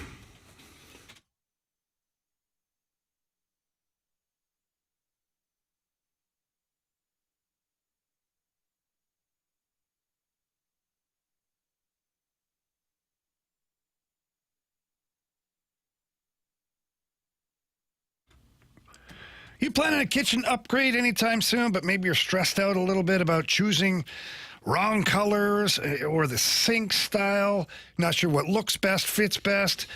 Maybe you're forgetting how lighting changes the stone's look on the countertop. That is definitely something that can happen. Well, don't worry about it. The fix right now is to go check out my friends over at E&B Granite. They've been trusted for over 20 years of all of your remodeling requests, whether it's kitchen, bathroom, outdoor spaces. E&B Granite is your complete source for premium stone countertops, granite, quartz, marble, among others. And the countertops are right there in the warehouse. So going back to the earlier comment about how the lighting can change the stone's look, well, you have a chance to go in back, look at the countertop, check out the lighting, look at the patterns, the designs, and make sure that is the right one for you. They also have designer cabinets and flooring for everyone's tastes, but you do got to get down there and check it out. They're located at 6135 Manchester Avenue in St. Louis. The in-house design staff is there waiting for you, or you can even call ahead and get an appointment. That number is 314-645-9300. Again, that's 314-645-9300, and you can always visit enbgranite.com.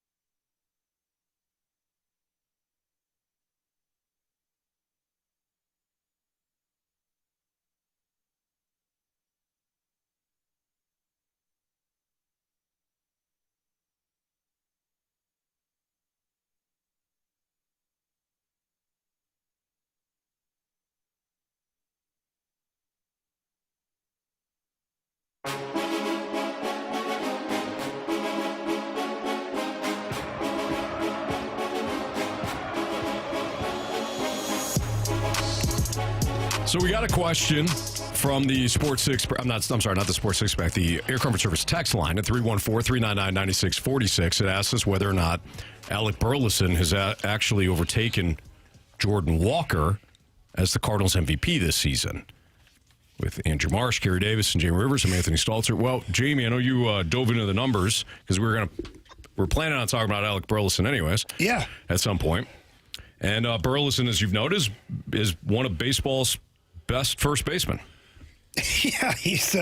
If we just take the numbers since August 3rd, he's got a 239 WRC plus. Anthony, is that good? That's very good, Jamie. Yeah. It's incredibly good. Average is 100. 100. Yeah. Yeah. So what'd you say? 239. Yeah, that's pretty good. That's pretty good. 6 home runs, 19 RBIs, and he's on pace right now for 41 doubles, 27 home runs, and 118 RBI this season. Wow. And those are serious numbers. Like when you look back, who's the last Cardinal to get 100 RBI? Was it Arenado or was it Goldie? Let's see here. Nolan Arenado. Did he drive in 100? I believe he did. Pretty sure he did. I'm pretty sure he did as well. Yeah, 103. His second season with the Cardinals, 2022. 103. So 118 for Burley. Right now, I was listening to BK and Ferrario, and BK was laughing because he said Alec Burleson's chase rate is like off the charts. He swings at everything. But it's also the beauty of him. Yeah. You throw a high fastball, and he'll tomahawk that thing somewhere out into the yard. Mm-hmm. Low and away, he's golfing it out of there. Like, he's just a pure hitter. I always call it a softball player, swinging every pitch. But he's making contact, and he's doing damage. And right now, he's leading this team offensively. So, when you look at if he's overtaken Jordan Walker for the MVP of the season, I think you kind of have to look at it and say that maybe he has. He's also playing a brand new position, too. Yeah. And he's playing pretty good over there. It's really close, guys. I mean, if you look at some of the let's just talk about the offensive profile. Alec Burleson's hitting 288. His on base is 355. His slug is 494. When you compare it to Jordan Walker's 284, 344, and 495. So Walker is slugging, barely over Burleson. Burleson's nipping him in the other two. Jordan Walker's got a WRC plus of 131. Burleson's 133. They are really close. What's his WAR, though? They're both 2.7. So has Alec Burleson taken over for Jordan Walker as the Cardinals MVP? I would say yes and no.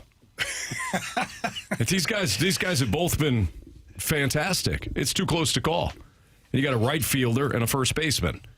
So it's a little difficult to kind of quantify how they stack up against each other on defense. So yeah, it's tough. I'd probably still go with Jordan Walker. He's got 16 stolen bases to Burleson's 3. But Burley doesn't really profile as the base. You shut your mouth. Does he have the same opportunities as Jordan Walker? Sure, he's on base enough. He really doesn't. Yeah, he does. With the way he runs. I don't know what to tell you, Jamie. Not about how fast you are, man. You got to read that picture. Yeah. You talking about, Jamie? Doesn't hurt to have a little speed. I want to answer the question that Jamie initially posed on this sheet. Jamie. Of course you do. Go ahead, bud. Oh, you want me to ask it? You asked the question. I wrote, is it time to talk about Burleson being a star? What kind of star are we talking? Well, he's one of the best first basemen in all of baseball. So, at some point, you got to start giving him a little respect. Define star. Well, he's one of the best first basemen in baseball. Period. Dot. Look at the numbers. Look at the categories. Look at his rankings. Does that make him a really good first baseman or a star? So, well, let's see who he's behind. If all those other guys are stars and he's right in the middle of it. When you say star, because I can... Here we go. Thank you, Carey. Hey, man. Here we go. Go for it, Carey. You wrote the damn question and read it on air. Right. I'm trying to answer the damn question. And now he doesn't want it, Carey. You don't want me to answer it. Now he doesn't want it. It's like you sit me in the court, and I'm sitting on stand, and you say, answer this question. I start answering like, no, I don't want you to answer that. Well, Your Honor, I told you not to talk. Did he not ask me a question? I told you not to talk. When You ask asked me a question. But you see how I put Thank you. star with air Yeah. quotes? So I didn't say he's a star. I said, is he a star? You said, is he a star? And I was going to give you some names of some other first Go ahead. basemen. Go ahead. Matt Olson. Yes. Are these, Pete Alonso. I'm just going by, this is just, oh, I thought you had numbers pulled up. no, I do. I'm going by home runs. Okay. Murakami. Yeah. Sal Stewart. Well, yeah. He's But probably. it's a rookie. Guys, What? is he a star? Come on. If he wins Rookie of the Year, he would Is be. Bryce Harper a star? Yes. Okay, he's a first baseman. What about Freddie Freeman? Yes. Yes. Can we agree that he's a St. Louis star? Hell all, yeah. That's all that I've ever wanted. I just want you guys to admit it. It's been 2 years in the making, All right. and I think we've gotten to that point. Can we play this out a little bit? Oh, come on, Anthony. Let's play we this can. out a Yeah, little let's bit. play it. Okay. Play it out. By the way, we need a new Gauntlet contestant. 314-399-9646 is the Air Comfort Service text line. So if you have a opportunity or you want to play in the Gauntlet, here's your opportunity. And 314-399-9646. Let's play this out. Walk with me, guys. Hand in hand. Yes. Interlocking fingers. Yeah. Only way to do it. Yeah. You asked 10 people. Name your favorite Cardinal. 10 people. Where are they at? In St. Louis? St. St. Louis. Okay, well, it matters. That really does. That's It why. does. That's why I wanted to know. You ask outside of St. Louis, they might say I'm a co-host. I don't know. You go to the grocery store. Okay. Current Cardinal. Who's your favorite current Cardinal? Okay. 10 people. Josh Báez. If you asked Saturday, they would have said Báez. How many people? How many of those 10 are saying Jordan Walker? Am I at the grocery store? No, you are not. Probably 4. 4 are saying Jordan Walker. Yeah, I think you'll get J.J. Weatherholt. 2 to 3, 2 to 3. maybe 4. Okay. Anybody else? Mason Wynn. He'll get a few get as one. well. He'll only get 1. Yeah, 1 out of 10. Yeah, we should do this. We're up to 9. Yeah, I know. I can. 9 out of the 10. Wait a minute, I have a great I got my idea. fingers. I think it's time for Marshy's poll to be thrown out on the interwebs. We could. You can throw a poll out Throw there. it out right now. Your favorite Cardinal right now. Who do we want on this list? Jordan Walker. All right, let me write this down. J.J. Weatherholt. Weatherholt. Okay. Wynn. Burleson. Anybody else? You need a picture? Oh, should we put Báez on there? Good. Or is it too soon? I think him on there. recency bias. Why not? Burleson is Báez. Recency 7th in Major League bias. Baseball in OPS. He has He's- been he's- great. He's number 1 in all. He Yeah. doesn't mean he's a star. Anthony, it's clear you hate him, so it's fine. By the way, he's first in the league in RBI. All you've done is prove that he's had a great season. I'm throwing I McGreevy thought on the here. discussion was whether or not he's a star. He's got, which is a 21 home completely runs, too. different conversation. St. Louis star. You unbelievable blank bag. You just don't like him. That's fine. I think I like Alec Burleson a I lot. don't think you Here's do. what I think. He's I think sixth in Anthony. high slug, too. I think Anthony has a higher standard for star. I don't think Thank he has you. any high standards. He has a high standard for what one would be considered a Hey, star. Carey. I'm with you, brother. Thank you. Yeah, I'm with you. I get it, man. Oh, yeah, hell yeah. Hell yeah. I got you. Hell yeah. Well, Anthony and I talked about this the other day off air about how I view quote unquote star and how you view quote unquote star. I look at it from the realm of the game itself. I'm just looking at baseball, where you're looking at it from just random person on the street, just the world in Yeah, general. Anthony takes baseball completely out of the equation and just goes for the popularity contest. Oh, I'm sorry. We're talking left Herrera about off the list. okay, sure, put on Herrera. What's the question? The question has to be worded correctly. Who's your favorite Cardinal? Who is your favorite current Cardinal? Okay. It's a dumb question. And then you can put Currently, who is your favorite? What does that Cardinal? have to do with being a star? Because I think that's the point. Well, there's plenty of people that nobody likes, but they're stars. Name one. Okay. That nobody likes? Pete Crow Armstrong. A lot of people don't like Yeah, a him, lot of He's people love beloved him. in Chicago. Yeah, man. but a lot of people don't You like see him hit that ball? Beloved in Chicago. Smoked it. Whatever, dude. Threw his bat Your down question when he about missed one. who is most popular has nothing to do with baseball. Zero. It does have everything to do with being a star Stardom. player, though. Nah. I think that actually, you know what, Anthony, here's the thing. And I mean this with all due respect. Okay. I don't think I'll like Anthony this. Anthony says some things that are wrong sometimes. Not all the time. We don't have to go back down there. That I haven't admitted to. No, you admit to it. Okay, all right. But this here is probably the best thing I've heard him say all year. Thank you. Barry Bonds, nobody liked him. Now, a lot of people, I love him. I love Barry. Nobody liked Best him. baseball player to ever do it. Juan Soto. You can't just be, like, great at the sport. I'm just talking about baseball. I know. But you're using the word star. Star power. Which used to mean something. I'm actually not even saying he's truly a star. I just what? completely disagree with your version of getting there. Here's the thing. Then hey, we agree. Touch me. Here's the thing. We have gotten to a place. I was watching something the other day where stars are no longer just like the movie stars, the TV stars, and then you got like reality stars, and then you got YouTube stars. Like it's all intermingled now. Mm-hmm. Yeah, it's a like popularity it's no level to stardom anymore. Mm-hmm. So I think that's what Jamie's point is. Like he's completely not the heard superstars. He's completely botched this up. Like Denzel is a megastar, right? One name person. Yeah. And then you got Kai Cenat. Then he's another Mr. Beast. Do you see what I'm saying? Yeah. You don't know who those people are, do you? No. See? Well, I know Denzel. Exactly. My point. That's the You don't point know I'm making. Mr. Beast? I do know Mr. Beast. Okay. He has candy bars and YouTube channels and things like that. There you go. Yeah. Yeah. I wouldn't know what he looked like if you put him in a lineup. Oh, I wouldn't either. Yeah. I just know that. I know he's popular with the kids. Yeah. So he must be a star then. If Versus he's stars. popular. He probably is. Guys, I'm having a tough time finding how to put the poll out there. You can't- Did you they get forgot? rid of that? No, it's Just not on the little you just bar. put- Oh, wait, here Is we go. Alec I found it. Burleson a star? No, Yes or no? Just put your poll out there, Marsh. No, I found it. We're good. All right, good. All right, Gauntlet next on 101 ESPN.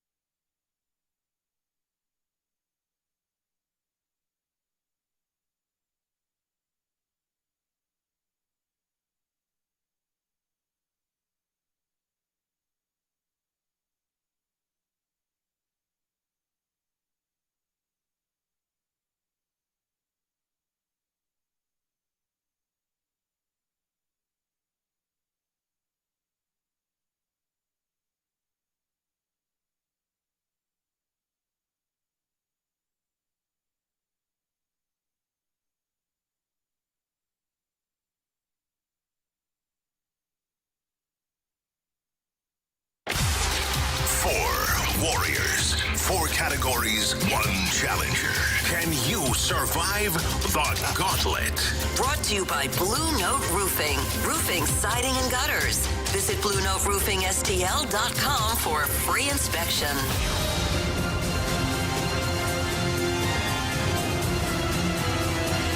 Time to play the Gauntlet here in the Fast Lane on 101 ESPN 404. Your time check brought to you by Clarkson Jewelers, an officially licensed Rolex jeweler, with Andrew Marsh and Carey Davis and Jamie Rivers. I'm Anthony Stalter. Welcome Chris into the program. What's up, Chris?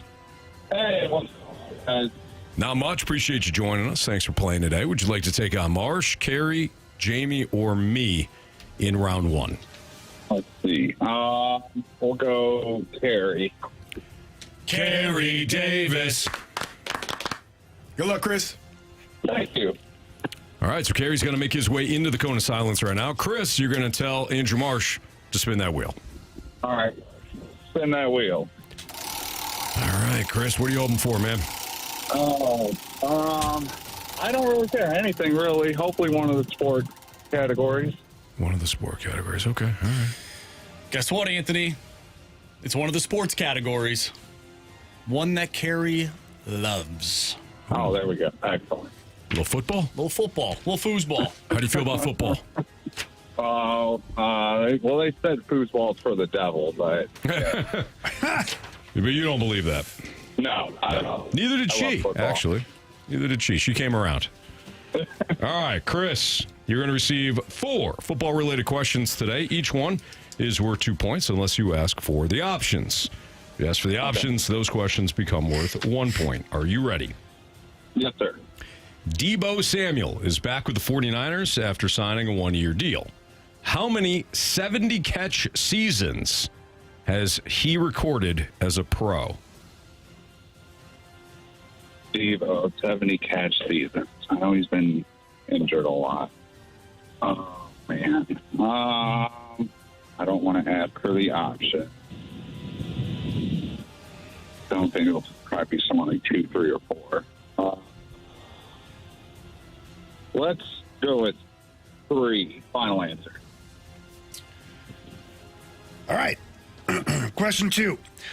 Sean Merriman burst onto the NFL scene with the Chargers in 2005. But where did the 3-time Pro Bowl linebacker finish his career? Oh, Sean Merriman. Start with the Chargers. Where did it go?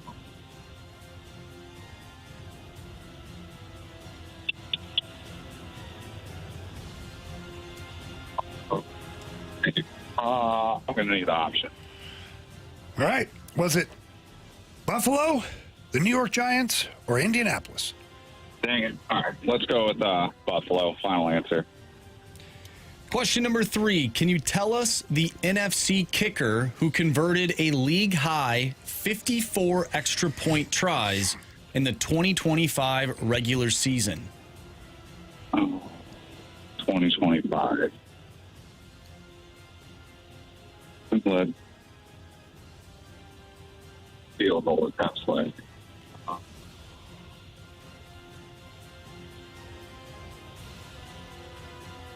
Aubrey. Gosh dang it.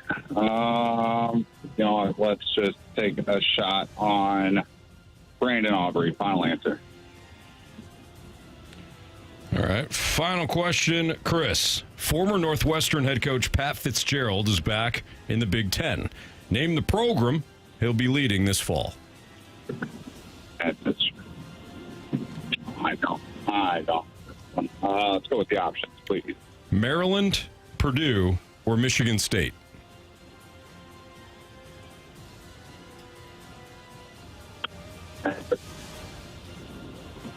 Maryland, Purdue, Michigan State. Let's go with Boilermakers. Final answer. All right. I don't really like that 4th question. It says program, but I don't think Michigan State's a program, Anthony. They're more of a program right now. Don't you think? I don't know if Maryland or Purdue are programs either. No. Yeah. I don't think any of them are programs. No, yeah, I don't like that. I don't think any of them are. Huh. Yeah. All right, we're going to get Carey back in here. Chris, how you feeling? 50-50 right now. Okay. All right, Carey is making his way back in. Carey's real good at that football. He is. He certainly is, yeah. All right. You all right? It's like a sauna in there. Oh, yeah. Yeah. That's how we like it. Man, it's hot as. Carey, you got football today. Hey, love football. Back at lunch. I will do. Question 1. Deebo Samuel is back with the 49ers after signing a one-year deal. How many 70-catch seasons has he recorded as a pro? That's a terrible number. That's going to be a guess, brother. 70. Who the hell keeps track of 70 catch seasons? Man. Yeah, 4, 5, 6. 3, 4, 5. I'd go 4. Final answer. Question 2. Sean Merriman burst onto the NFL scene with the Chargers in 2005. But where did the 3-time Pro Bowl linebacker finish his career? Oh, where did he finish? I thought you were going to ask me where he went to college. Maryland, of course. Where did Sean Merriman finish his career? You know what? Give me the options. Was it Buffalo, New York Giants, or Indianapolis? I think it was Buffalo. Giants. I don't see him in the Giants uniform. And you said Indianapolis was the last option? Correct. I mean Buffalo. Final answer. Question number 3. Can you tell us the NFC kicker who converted a league-high 54 extra point tries in the 2025 regular season? You know you love kickers, Carey. I love them. NFC kicker. Oh, give me a second because I'm going to go through these divisions. Cowboys. Brandon Aubrey's up there. No. I don't think anybody in the South. You said field goals or extra points? Extra point tries. Extra point tries. So a team that scored a lot. Allegedly. Oh, only one I got is Brandon Aubrey. And I'm going to be pissed off if he's on this list.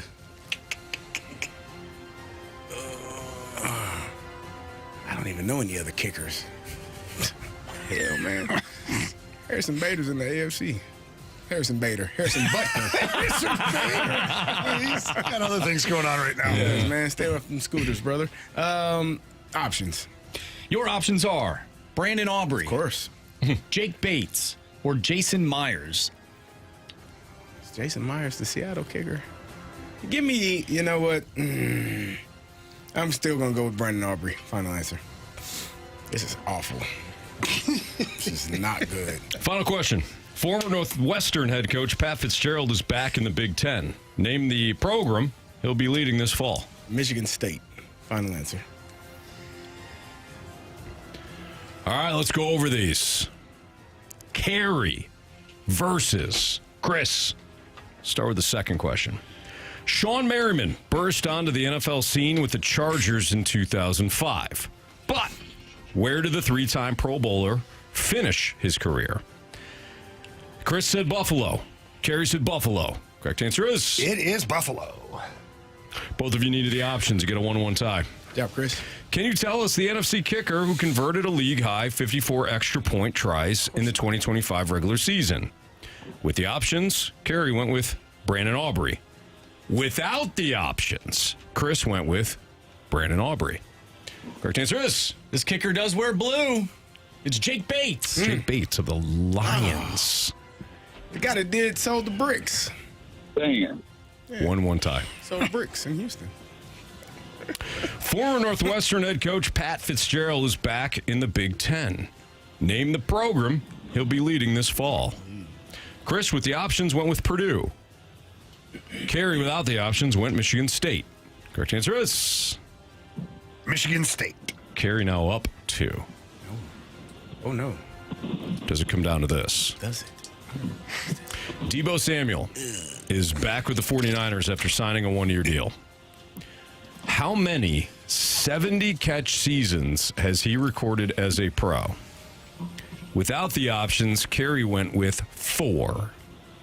Without the options, Chris went with 3. What were the options? Nah. Don't worry about it. Come on, man. What was it, 3, 4, 5? 4, 5, 6? If Chris is right and Debo had 3 seasons, 70 catch plus, we get a walk-off. Any other number, Carey wins. Chris. You have chosen poorly. You lose. Correct answer is 2. 2021 and 2025. Carey, 3-1 winner over Chris today. Chris, it came down to that last question, really, the Pat Fitzgerald one. So I knew he didn't have a whole lot. Sorry, brother. Good job, Chris. No worries. I appreciate you guys. Thank you for listening. Thanks for playing. All right. Thank you. All right. Bye. Nice job, Carey. Thank you. Way to go, man. Who the hell knows how many 70 catch seasons? We all should. Should we? We all should. Okay. Yeah. All right. Looking at Marsh's poll, obviously Marsh has influenced people because Burleson right now, 43.8%. That is J.J. definitely... Weatherholt, 18.8%, and Walker, 37.5%. Mason Wynn has not received a single That's vote, sick. which is disgusting. That's sick. 16 It's votes disgusting. so far. 16 total. votes. Oh, we got to get the people out to the 16 poll. in that grocery store. You voted? Just voted. All right. Well, You vote for Burleson's Burley. number will go up now. Of course. Oh, boy. All right. We got 2 games today for the Cardinals. They won the first one. We'll play the lineup game for the second one next on 101 ESPN.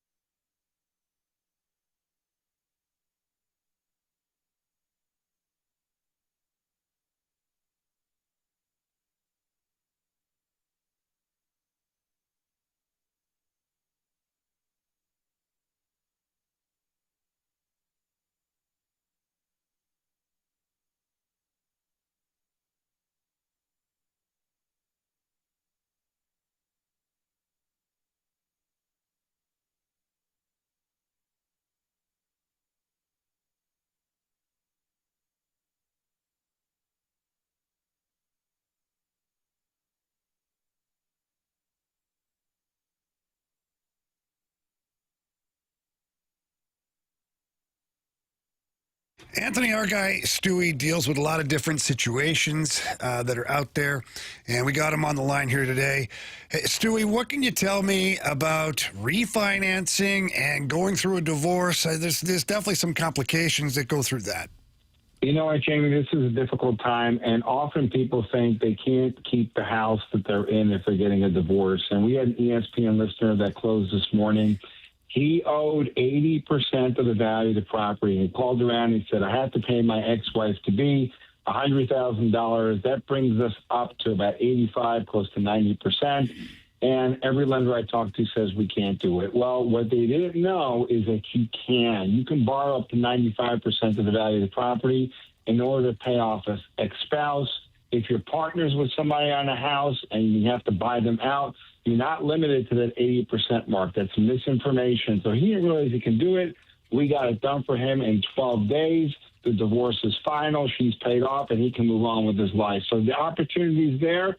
If you're in a specific circumstance, you're not sure if you can or can't, don't self-diagnose. Give us a call, and we'll walk you through it.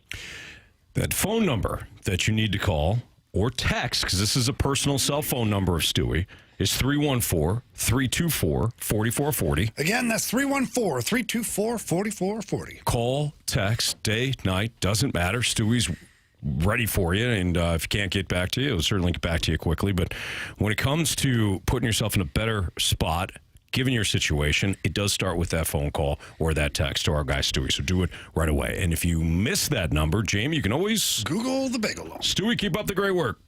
Have a great night, guys. NMLS number 226715.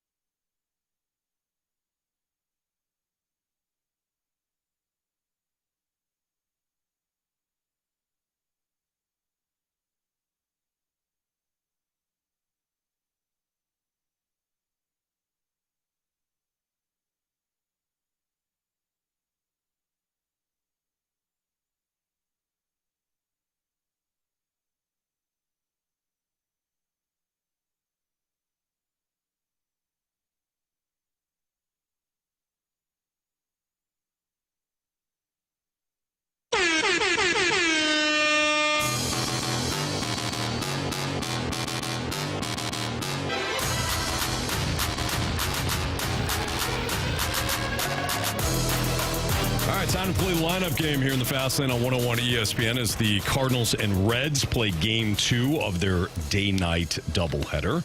Cardinals winning the first one 2-1 in Cincinnati, a game in which offensively they certainly struggled, but the pitching led by Quinn Matthews and the bullpen was excellent. So the Cardinals will take on Rhett Lauder in the second game. He is a right-hander. Who's pitching for the Cards again? Andre Palante. Let's go. AP. Yep. All right. Gary, you want to lead us? Yeah, show us JJ Weatherholt. What's the best kind of firework to buy? Wouldn't you like to know, weather boy? Got to be Herrera here, guys. What do you think? Yes, sir. Show us Ivan Herrera. What's your favorite position? Designated hitter. That's cool with me. It's not my favorite, but I'll do it for you. How do you guys feel about Burley here? Love it. Yeah. Show us star that St. Louis superstar, Alec Burleson. He's not some magic star. What? You're insane. He's a huge star at this specific sliver of time. We all agree. Jordan Walker here? Yes, sir. Yeah. Show us Jordan Walker. That one touched the ground. That one touched the ground. Yeah. What's going on there? I'm just fixing something that's been bugging me. Wait a minute. What have we here? Did they come back with the big boy here in the 5-hole? They should. Okay. Show us Josh Báez. History is made. I hit my first home run. Greatest game ever played. That's how you do it, Mom. It's Jason Bourne. Okay. All right. Mason Wynn? Yeah. Show us Mason Wynn. You are so wrong. Okay, so Wynn's getting a day off. Means Weatherholt probably at shortstop or Fermin? Fermin's here. It doesn't matter. One of them is second base, one of them shortstop. Yeah. I'm just trying to figure it out, Kerry. I'm sorry for interrupting. All details matter. I'll be quiet. Okay? My apologies. Especially in an investigation. And by the way, season 4 has been just awesome. I haven't seen it yet. You should watch it. It's been pretty good so far. Man. I know we had a discussion the other day, but I watched it. Shame on you, I don't like. Still kicks butt. butt. Jamie was saying. What did he say? I don't. You're fine. No. Okay. All right. Fermin here? Go for it. Show us El Ferminator. What a shame. It sure is. Son of a. What's Ollie doing here? Place Jordan? Because with Palante, maybe it's Jimmy Crooks. Oh. I mean, try it. I don't know. Nathan Church, Jimmy Crooks. Probably need a left-handed bat. You got two righties back to back. Nathan Church healthy? Yes. Okay. You want to go Crooks or Nathan? I think Herrera's catching. It's Palante. I say Church. Show us Nathan Church. I believe in the Church of Baseball. I've tried all the major religions and most of the minor ones. So this is Báez, Jordan, or Fermin, in my opinion. Well, we know Fermin's in the lineup, so doesn't hurt to start there. You guys are. Go ahead. Show us the Ferminator. No. Come on, man. Show us Báez, Jordan. Not great. Okay. All right, fellas. Go ahead. Let's get it together, man. Okay. We got Torres. Is he still here? Yeah. Yes. I can't keep up, man. Torres. Wynn. Wynn's not playing. Wynn's not playing. Wynn's not playing. He's out today. Paez. No, he just played. I'm just listing who we have. But you can list the ones that are realistic. Yeah, I'm with him. So you're wasting I'm with him time on this one. My God. All right, show us Mason Wynn. You did that just out of spite, Yes, brother. I did. Yes, I did, because I'm tired of your attitude. No, and forever. Oh, my God. He's the best in the business. Best arm in baseball. What is Ollie doing? Oh, I love spite. That was ridiculous. That was awesome. That was terrible. I almost said Paez, too, because you guys gave me a bigger reaction on Paez. He's not going to play him 2 games in a row. Oh, man. Was it seriously Wynn? Yeah. He hasn't had a hit in a long time. So they bump him down one? Ooh, you showed him. Well, you don't want 3 righties in a row, like Carey just said. There you go. This is probably Báez. Blaze it up. Go for it. Show us Báez, Jordan. That's ridiculous. Come on, man. I don't think Jimmy I don't think this is our fault. I mean, It's definitely our fault. Did they go with Jimmy Crooks? I don't know, man. There's a Ferminator here. We need a third baseman, guys. Do we? Yeah, we do. Yeah. Fermin, then. Yeah, Go it's ahead. got to be Fermin. Show us Fermin. That's just stupid. That was harsh. That was bad. That was rough. I'm That was rough. running out of Janet sounders. Come on, man. Okay, Marshy, that's funny. Torres. You know, Yeah, Torres. yeah, try it. Show Where the us hell's he Brian playing? Torres. Third Hello, base. Brian. Oh, my God. Is this the throwaway game? No such thing, Jamie. Come on, So Ollie. what are we missing? A DH? Yeah, this is probably Báez, Jordan here. I mean, Or maybe it's Jimmy, the guy. who's our third baseman? The singer. Torres. Unless it's Báez Jordan, and Báez Jordan is the Well, that's what I third said. It's baseman. either Báez, Jordan, or Jimmy. Go Jordan. I think it's I believe in you. Well, you go Jordan if you wanted that bad. Go ahead. Show us Báez Jordan. It was Johnny Hopkins and Sloan Kettering. What? And they were blazing that up every day. I just punched myself in my own mic. I went to point back at Carey. I hit the mic right in my eyeball. All right, Marsh, run this thing. All right. Leading off, second baseman J.J. Weatherholt. Batting second and catching is Ivan Herrera. Batting third, your first baseman, Alec Burleson. Your cleanup hitter, the designated hitter, Jordan Walker. Batting fifth in right field, Joshua Báez. Batting sixth in center field, Nathan Church. Batting seventh, the shortstop, Mason Wynn. Batting eighth in left field is Brian Torres. And batting ninth, playing third base, Báez Jordan. That was rough. Back. They fair! Go foul, go foul! I don't believe what I just saw. Home run. Okay. Marsh. What we got? You're still in the lead, Anthony. Yes. That rule change. It was a rule change from a year ago. Yeah, we just didn't enforce it. Well, it never It was had to. enforced. No, nobody had. Nobody hit 3. Yeah. Until Shoulda that had started. Báez on Saturday. Yeah, no kidding. I'm going to take Báez tonight. He's a three-pointer, right, Marsh? Yes. Nice. Who the hell made him a 3-pointer? Well, he didn't How the hell? have. He's a we rookie. didn't have any information. He had 34 home runs He's a in rookie. triple. What are we doing? So did Gorman. He's a rookie. Come it on. makes I'll things take Báez. interesting. Certainly does. You allowed that crap? I'm disappointed in Gary, you, brother. It's in the bylaws. It's in the bylaws right here. That's crap by you, man. I tell you. expect more from you. You want me to just change the they rules? do willy-nilly crap, but you got all of the rules and you allowed it. Don't listen and to it Jamie. doesn't benefit you, so how the hell did you allow it? Sometimes you have to just be honest. All right? Sometimes it's more about the truth than if it benefits me or not. Who the hell are you? God, you disgust me sometimes. Believe that crap, man? You must have had Báez the first time. Nah, I didn't. I wish I did. Yeah, I know. Yeah. Okay. All right, Marshy. This guy is going to break out of a slump. Ooh. Give me Mason Wynn. Showing him some love since nobody wants to vote for him on the poll. Yeah. It's a tough look. I'm going to go with pretty big star. Give me Alec Burleson. It's a good pick. You know what? I mean, Nathan Church. Take me to church. Take me to church. All right, we're going to do our sports six-pack. Part one, at least. 314-399-9646 is the Air Comfort Service text line. Feel free to send in any questions to the text line, and we'll answer them next in part one of the sports six-pack.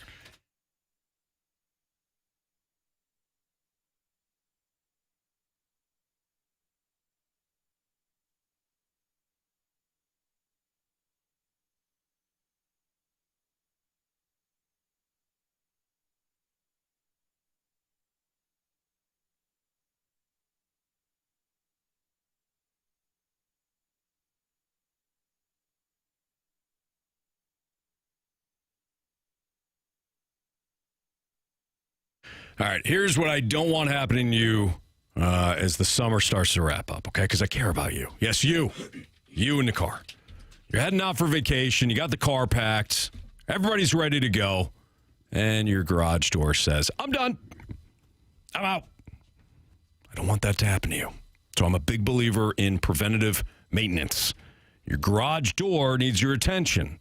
So give my friends at Don's Garage Doors a call. Your garage door shouldn't be talking to you. Shouldn't be squeaking and grinding and all that stuff. Those sounds can be an early warning sign that something needs attention. And I don't want you to be in a spot where you're heading out of town, or maybe you're coming back from a trip and your garage door won't open. Don's Garage Doors, local St. Louis company. Their technicians live and work right here in our community. They believe in honest service, quality work, neighbors helping neighbors. They show up. They do their work right. They give you a little bit of an education, too. At least that's how my experience was with Don's Garage Doors. And their philosophy is simple. They make sure that you won't have a major repair down the road if they can avoid it. And right now, you can get a complete garage door tune-up for just $29.95. That's an easy way to stay ahead of any sort of problems and potential for some sort of major repair down the road. And if you've been thinking about replacing your door, Don's is offering $500 off a new insulated garage door plus 0 payments for 12 months, fast financing approvals, and no surprise fees. So take care of that garage door before it takes care of your vacation plans in a negative way. Go to donsgaragedoors.com or call 866-4-DONS-DOOR today.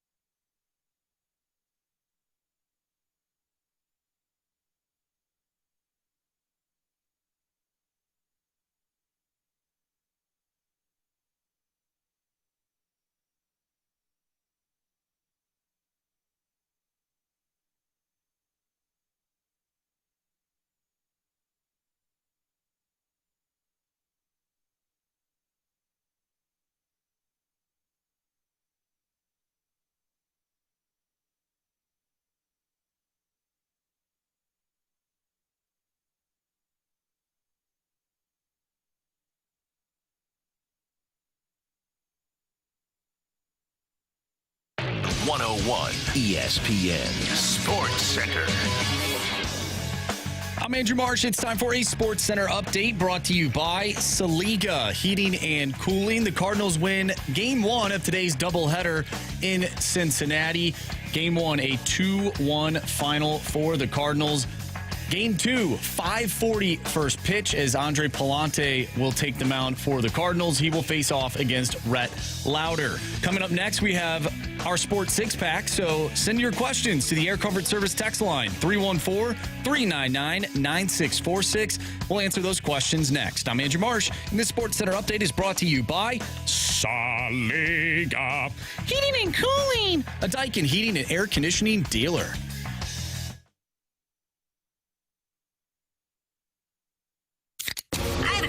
It's time for the Fast Lane to answer your sports questions. I want to ask you a bunch of questions, and I want to have them answered immediately. Asking me all these weird questions. Answer the question. Answer the question. Answer me! Refreshed by Urban Chestnut. Urban Chestnut Swickle Light Premium Light Beer. Live your lifestyle, St. Louis.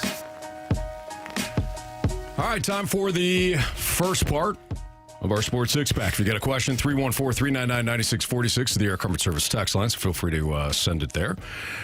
Carey Davis, Jamie Rivers, Anthony Stalter, Andrew Marsh with question 1. Question number 1. All right, the Jeffco Degenerate wants to know, with this Cardinals team's success this year, does it affect next year's fans' outlook if they take a step backwards next year? Meaning, because of this year's success, if they go backwards next year, should the fans be really upset? Fans will be upset, I'm sure. But should they be? Probably not. Because if we're being practical, success, as we've talked about, we usually talk about this with players, but it's the same for teams too. Success isn't linear, meaning one year you're at this level, then the next year you're automatically a level higher or 2 levels higher, and the next year you're another. You could take a step back next year and then take 3 leaps forward 2 years from now. You have no idea. But will the fans be upset? Yeah, of course. Look at Blues fans. Blues fans, 2 years ago, they made the playoffs, weren't really expecting much. They should have beat Winnipeg, and it completely changed the way we viewed things. Now, part of that was Doug Armstrong and the team saying that the build was over. And I'm not criticizing them, because if that's how they felt, then they should say it. But we all kind of got on board. Okay, this is going to be, they're at very least, they're going to make the playoffs, if not win a couple of series. They didn't even make the playoffs, which happens.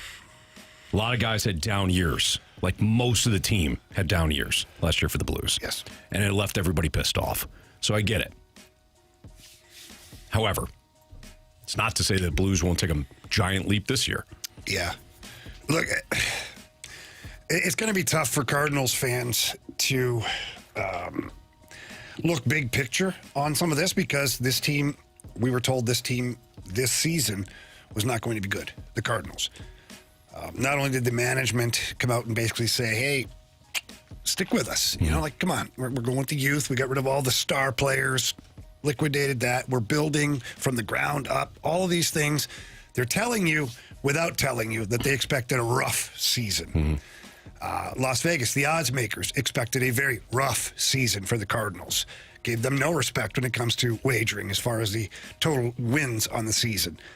This team has exceeded the expectations, but we can't think that it's just automatic that next season will be even better, and then this speeds everything up. They're going to be World Series contenders in 3 years. Yeah. We can't just assume that.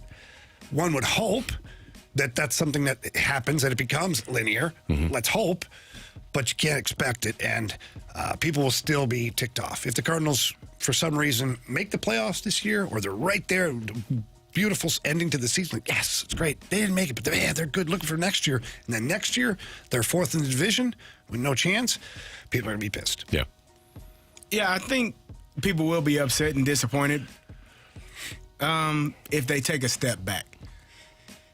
And you probably should be, because they are giving you excitement for, what the future holds. And if for some reason next year doesn't look like this, and maybe the lineup isn't hitting as well, you don't have batters batting 280, 290, and hitting home runs. You're not driving in as many runners, or the pitching suffers some type of poor play. The starting pitching, there will be a level of frustration. I think that, but I don't know if I'm an optimist for this Cardinals team and the direction that they're going. I think that they are building it the right way. Like they are, in my opinion, drafting, developing, like evaluating, drafting, developing, and moving these young men through the organization at the right pace, at the right tempo, and when they're ready to go, they go. And I think that they've done a fantastic job of that, so I have no reason to believe that they will actually struggle next year. I think they're continuing to ascend. Agreed. Just one man's opinion. What was that? He was telling you go question number 2. Yeah. Oh, I thought. And he said first down. I mean, that's a Stalter first down. No, first down. I'm going this way, but throw it to you. Yeah. Question number 2. You knew. I did. Yeah. Okay, so in DeBoer we trust is a big believer in one particular quarterback, and he wants to know about a guy that we watched this past weekend. Your thoughts? How about that Ty Simpson performance? He just needed a good O-line. Do you think he will win a Super Bowl with L.A. as the starting quarterback? Wow. This year? Smokes. I can't imagine this year. I do think he's going to get a Super Bowl ring this year. Not as a starter, though. What's that now? Not as a starting quarterback. Oh, no. Yeah, no, not this year. Yeah. When we're watching preseason football, do we care? No, wouldn't it? Yeah, I know we don't really care. I found myself caring on Friday night. But did you? Yeah. Do you really? We can talk about it. Thank you.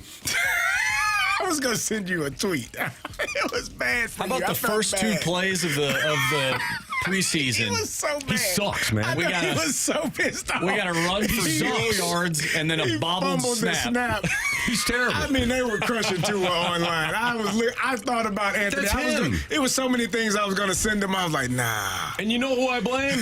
It ain't Tua. It's Kevin Stefanski, who loves short, noodle arm quarterbacks.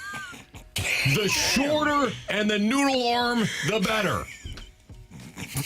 That didn't surprise me. That was a joke on Friday night. You know what, though? Hey, they also debuted those nice new uniforms that look like the Texans, by the way. The Texans' red jerseys look just like that. You're an embarrassment of an organization. Embarrassment. He's not. Anthony, you need to get off that train, man. This is not good for your health. No, you could have done this years ago, man. You could have left when Deion left. I'm not jumping off. You should have, probably. You could have left when Deion left. You decided to stay. I like punishments, and this is my form of punishment. I chose the 49ers in the 80s, and I was living life well. You love it. I just get to pick all Probably the went winners, to Cowboys in the 90s. Hell no, I never picked the Cowboys. Well, crazy, man. Maybe you should have. No, I didn't. Won some Super Bowls. We got enough in the 80s. Okay. 49ers. No, Tua sucks.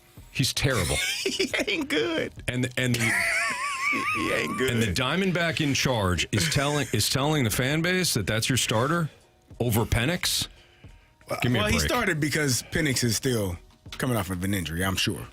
He's fine. Apparently he's doing 7-on-7s. Yeah, that's. I don't care. There's not people rushing around. Did you see Tua? Okay, so you get that. Panic and look for Kyle Pitts. That was Tua's play. 22 yards. That's a 3 great of 5, outlet. 22 yards. You couldn't write a more Tua line than that. 3 for 5, 22 yards, and a fumbled snap. Are you upset? Yeah. Okay. Oh, you can't tell. Nah. So they were. Jared Stidham put on a show. They look more like the Arizona Cardinals than the Texans. They look like the Texans. The Texans, red like uniforms. The Cardinals. I see Cardinals. It's terrible. 3rd and 14, I believe it was, on the first drive, and we got a pass for Pitts. Sometimes you got to check it down, man. 5 yards. 5 yards? Maybe. Sometimes that's the right. That's the right. You know who that sounds like? Kirk Cousins. Who they're still paying, by the way. Well, at least the game didn't matter, Anthony. Oh, it mattered.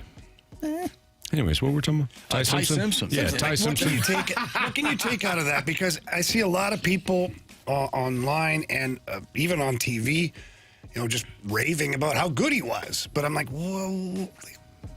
You can't. He was, but how much do you... You would rather have that than him be terrible. Yeah.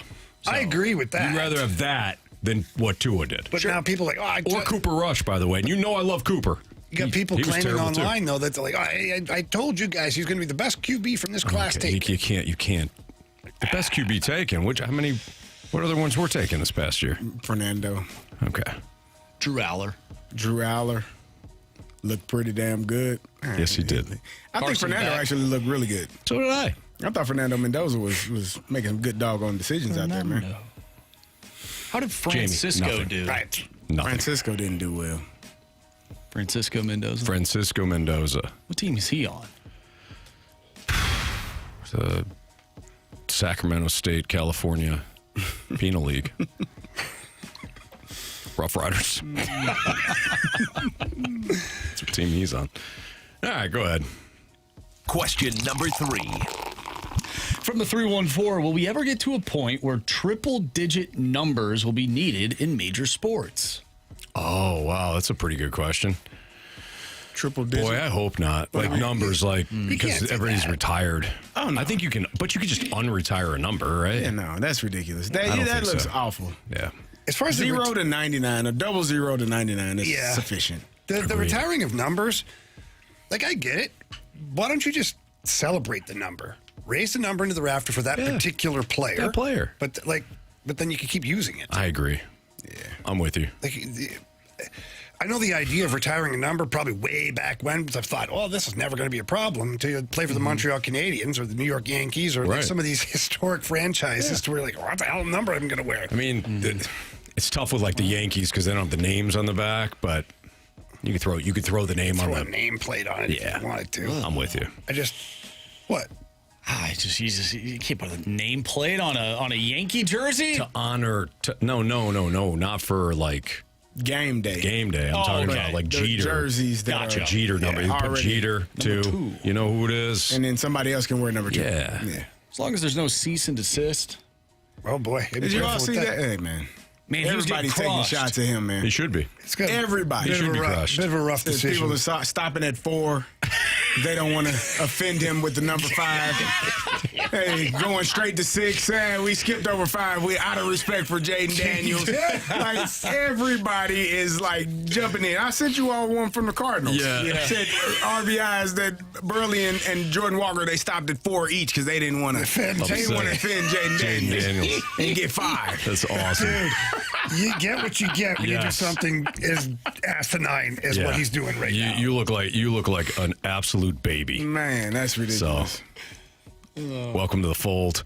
All right, we'll continue our Sports Six-Pack. Keep those questions rolling into the Air Comfort Service text line, 314-399-9646. We'll get to part 2 next.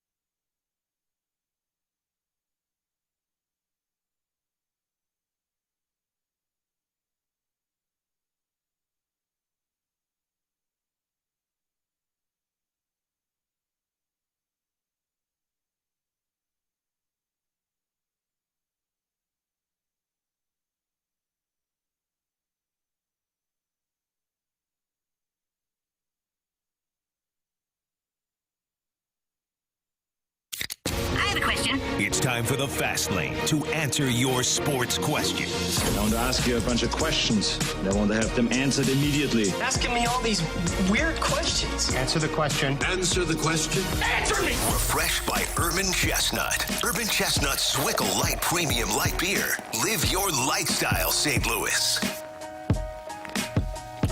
Part 2 of the Sports Six-Pack is now with Carey Davis and Jam Rivers. I'm Anthony Stalter. It's Andrew Marsh with question 4. Question number 4. All right, from the 660, is it finally time to get rid of the trapezoid in the NHL? Yeah, I guess. It works pretty well, though. Like, it doesn't screw up the game. And the trapezoid was put into the game specifically because of Martin Brodeur. He would skate out to the corner, and he could play the puck so well that he would control the game from over there. And so now they're like, okay, well, let's keep we got to be able to dump the puck in. Let's keep the goalies into a smaller area so they can still get out and play the puck, but can't skate to the corner anymore and grab it. Yeah. I think you just get rid of it. Not many goalies are that good at handling the puck. And if you are, it should be a clear advantage for that individual and that team. Mm-hmm. I mean, if you don't like it, go find a goalie who can play the puck like that. Yeah. One, you got to get out of your crease fast enough to not cost your team. Because if you got a goalie who skates all the way to the corner to play the puck and he plays it wrong, that's a long way back to the net. Mm-hmm. So, I don't think it affects the game right now because so few goalies play the puck as well as Hofer and Binnington. So it's not like there's an epidemic of things going on, but get rid of it. I don't care. Be fun. I'd like to see Hofer over in the corner snapping the puck up the center ice. Be fun. Score a goal. Yeah, that'd be good too. Goalie? He tried. Yeah. Tried last year a couple times. Do you think he gets one this year? Yeah. I think he does. I do too. I can feel it in my bones. Let's get on that Circus Sports. Check out the odds and put a little wager down. Thank you. Give me the first down signal, Anthony. Question number 6. Are we on 6? Well, come on. Out of respect to Jaden Daniels, we're not going to go. God, that was good. Well done. Wow. Is that what you told him? Well done. Yeah. That was excellent.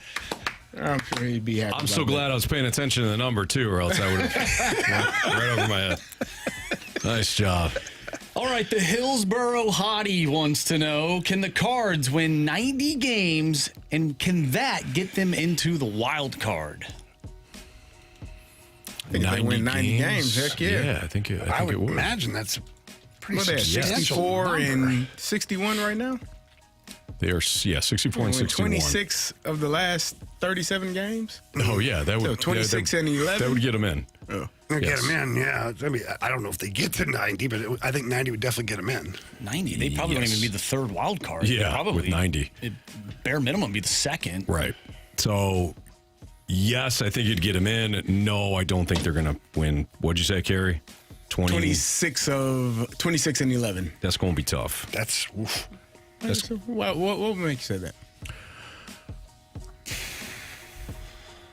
Just the up and down nature of baseball. Okay.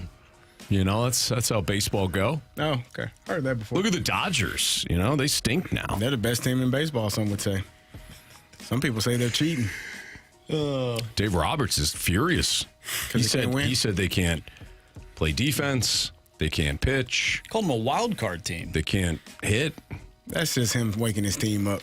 Hey, sometimes when you're a good team, you just sleepwalk at times. Man, Kyle Tucker, he is having a terrible season. They booed his ass. They did. I guess $300 million doesn't go very far these days. What do you get, $500 billion? It still goes far. What do you get, $500 billion deferred? I think he'll be fine. Anyways. Man, the American League is so bad. I was talking with my Canadian buddy yesterday. Jamie? No, not Jamie. I have another Canadian friend. Wow. I only have one, I feel Jamie. cheated on. Hey, sorry. Hey, I only have one. Thanks, Anthony. Well, He goes, hey, Marsh, how about those Blue Jays? They're making a push. I go, oh, are they? Yeah, they're one game back of a wild card spot. Wow. They're 4 games under 500 and in last place in the American League East. But man, they're making a push. Welcome to the American League. To the American League. All right. It's Fastlane on 101 at ESPN. We have our biggest question of the day next.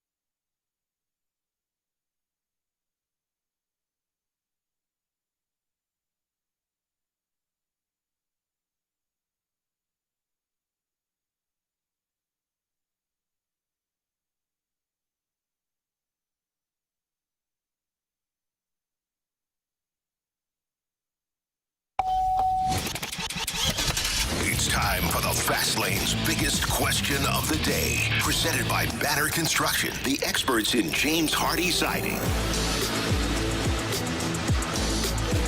5:03, your time check is brought to you by Clarkson Jewelers, an officially licensed Rolex jeweler with Carey Davis and James Rivers. I'm Anthony Stalter. Andrew Marsh has the biggest question of the day. All right, so I explained to you guys in the break that earlier today when we were putting the show together, I had a question about Alec Burleson that I threw on the sheet, and then for whatever reason, I deleted it.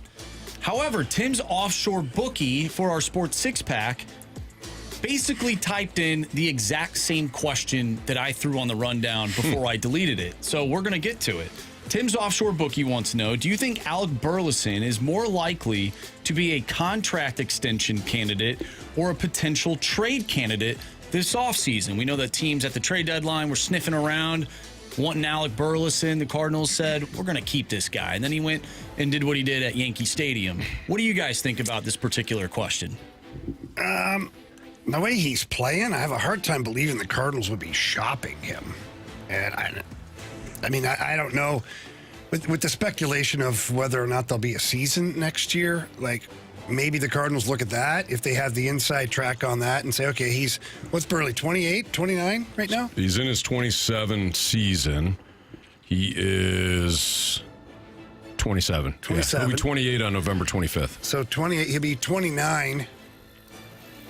I don't know.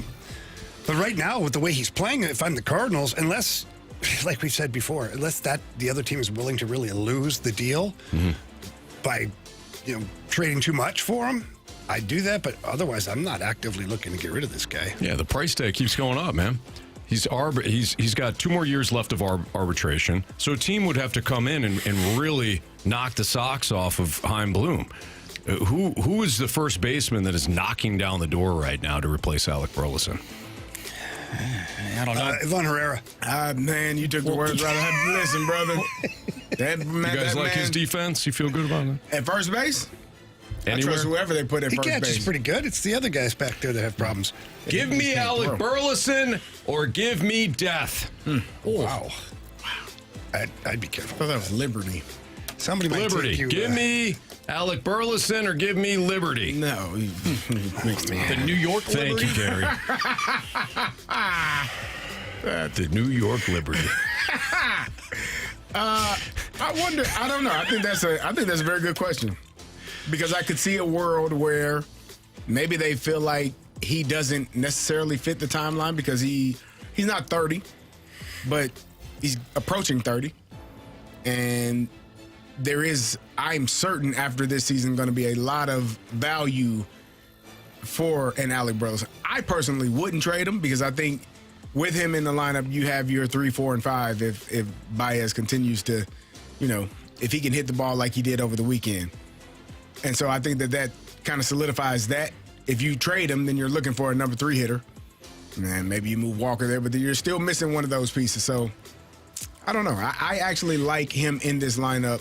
And the fact that he's not going into free agency just yet. You still got a couple of years where you can get him squared away in terms of being on your roster and having him play for cheaper than you would if he were a free agent. Would you guys say that he is at the beginning stages of his prime? If this is Alec Burleson at his infant stages, what does he look like as a hitter in his prime years? I say, you keep that guy on your team. Yeah, I agree with that. I was actually thinking about this earlier today in terms of why wouldn't you just hang on to Burleson? I don't think that you trade every single asset that you have because you're in a build.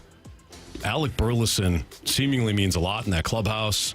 He is a laid-back guy, does seem to have some leadership qualities to him. Obviously, the hit tool speaks for itself. And again, you don't have to pay him. You don't have to rush to pay him. Arbitration eligible in the next 2 years. Yeah. So to Jamie's point, some team comes in and they're willing to just lay the hammer down, overpay for Alec Burleson, then you consider it. If not, anything short of that, I think he's a Cardinal. Mm-hmm. And I know that some people don't look at these things, but I think he's a leader in that clubhouse. It's clear that he's a guy that the players gravitate to, that I don't say he's the face of the team because... Hold on a second. No, but... I think Marshy's poll is biased. I think so, too. It can be. I wanted to get into that at some point. Yeah, his poll's a little biased. Yeah. It's his timeline. It's his... I didn't realize that when Marsh puts his poll out there... It's his people. It's his people. Yeah. Mm-hmm. Anybody can follow, though. Yeah, but it's not limited to a certain crowd. But if you're following him already... Well, what if they weren't? What if they just decided to follow? Marshy, how many followers you pick up since we made the announcement? Like 30, 40? Let me look, actually. Let's see here. 1, 2, 3. Yeah, that's just 3. It's 3 guys, so he's not influencing anything. Yeah, kind of. I think it is. Nah, you guys. I agree. You know what though? I'm not being biased. He was the third name that I put on this list. If I wanted to be biased, I would have put his name number 1. Yeah. Made it easier for people. Mm-hmm. But he was number 3. Whatever. Anthony, you just said give me Burley or give me death. I said Liberty. Give me Burley or Liberty is actually what he said. Precisely it. Yeah. Once I chatted with my brother from another mother. You were. Hey, anytime, brother.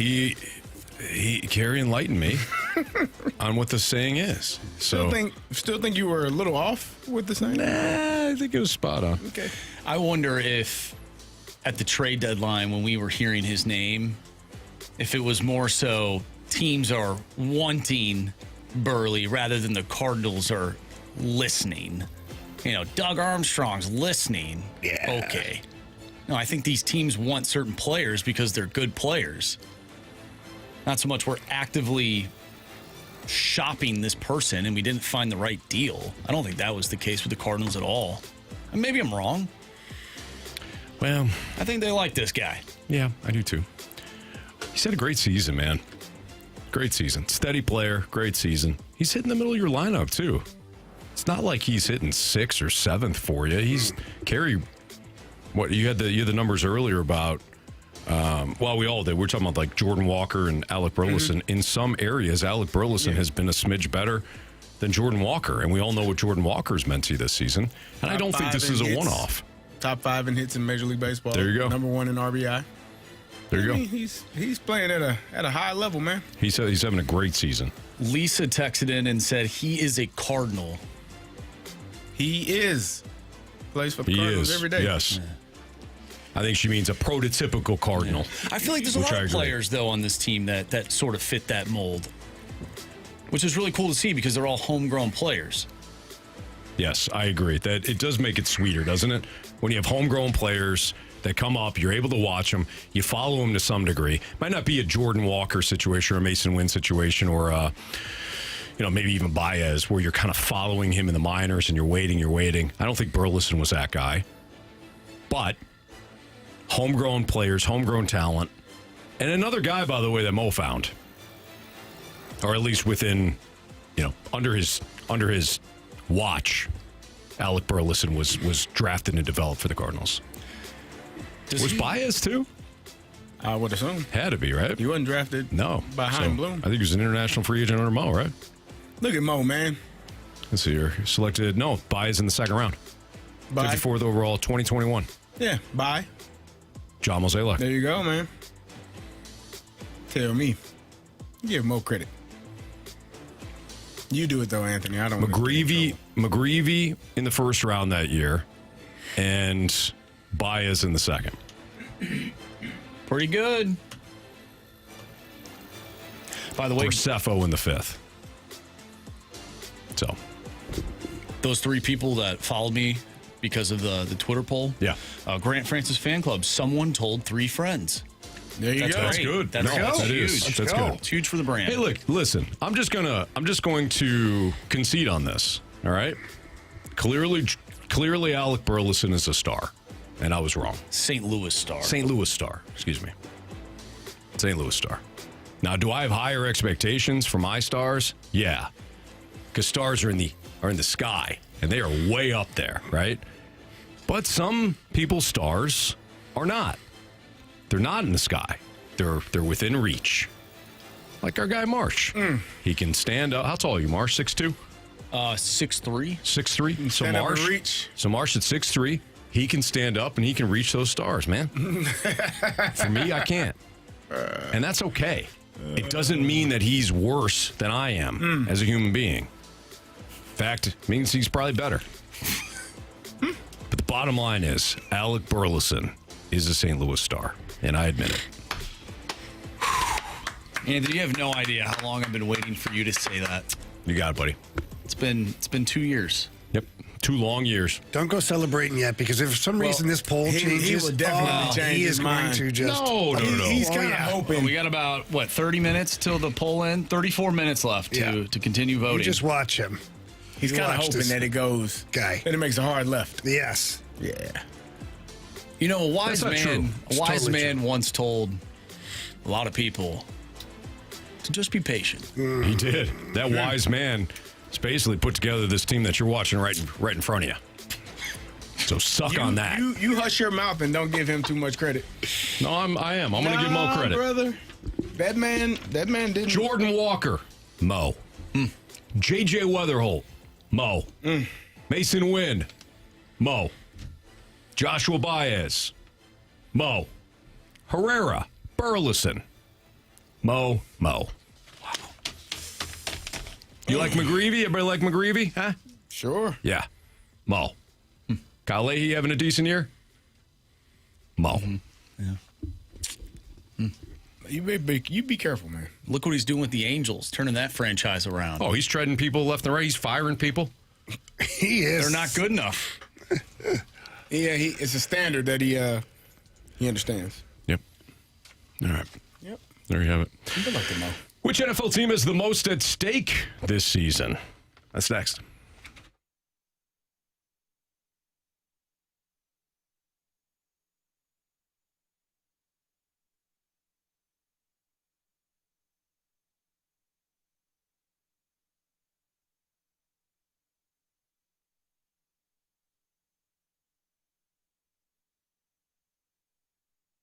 If you're looking for exterior work to be done to your home, or if you think you've got some storm damage, call Conrad Restoration Services and talk to my guy, Matt Conrad, the owner. He's been doing this for 25 years. He knows roofing, siding, gutters, exterior restoration, storm damage, and he also knows that the details matter when protecting your home.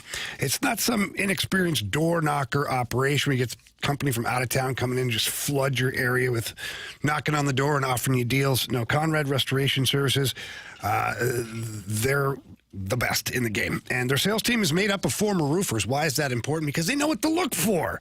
They're not just some person selling you something or telling you need something. No, these guys are former roofers, and they're able to get on your roof and distinguish what the problems are, if there's any damage, if you need a new roof, maybe your siding, your gutters, all of that stuff. It gets taken care of by the experts. So schedule your free roof inspection today by calling Conrad Restoration Service at 314-805-8557.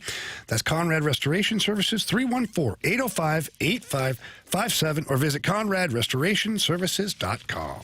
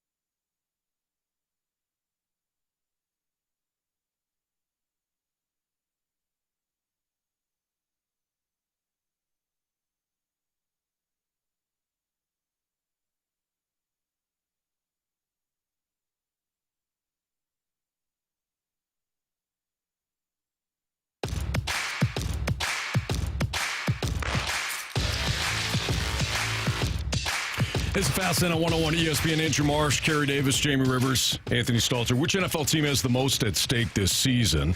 Dan Orlovsky did talk about this on First Take, but we're going to hold off on that. And I want to ask you guys, the team that has the most at stake this upcoming season. If you're going to answer one team, label one team under that category, who is it and why? It's got to be the Rams, doesn't it? No, sir. No, I don't. Go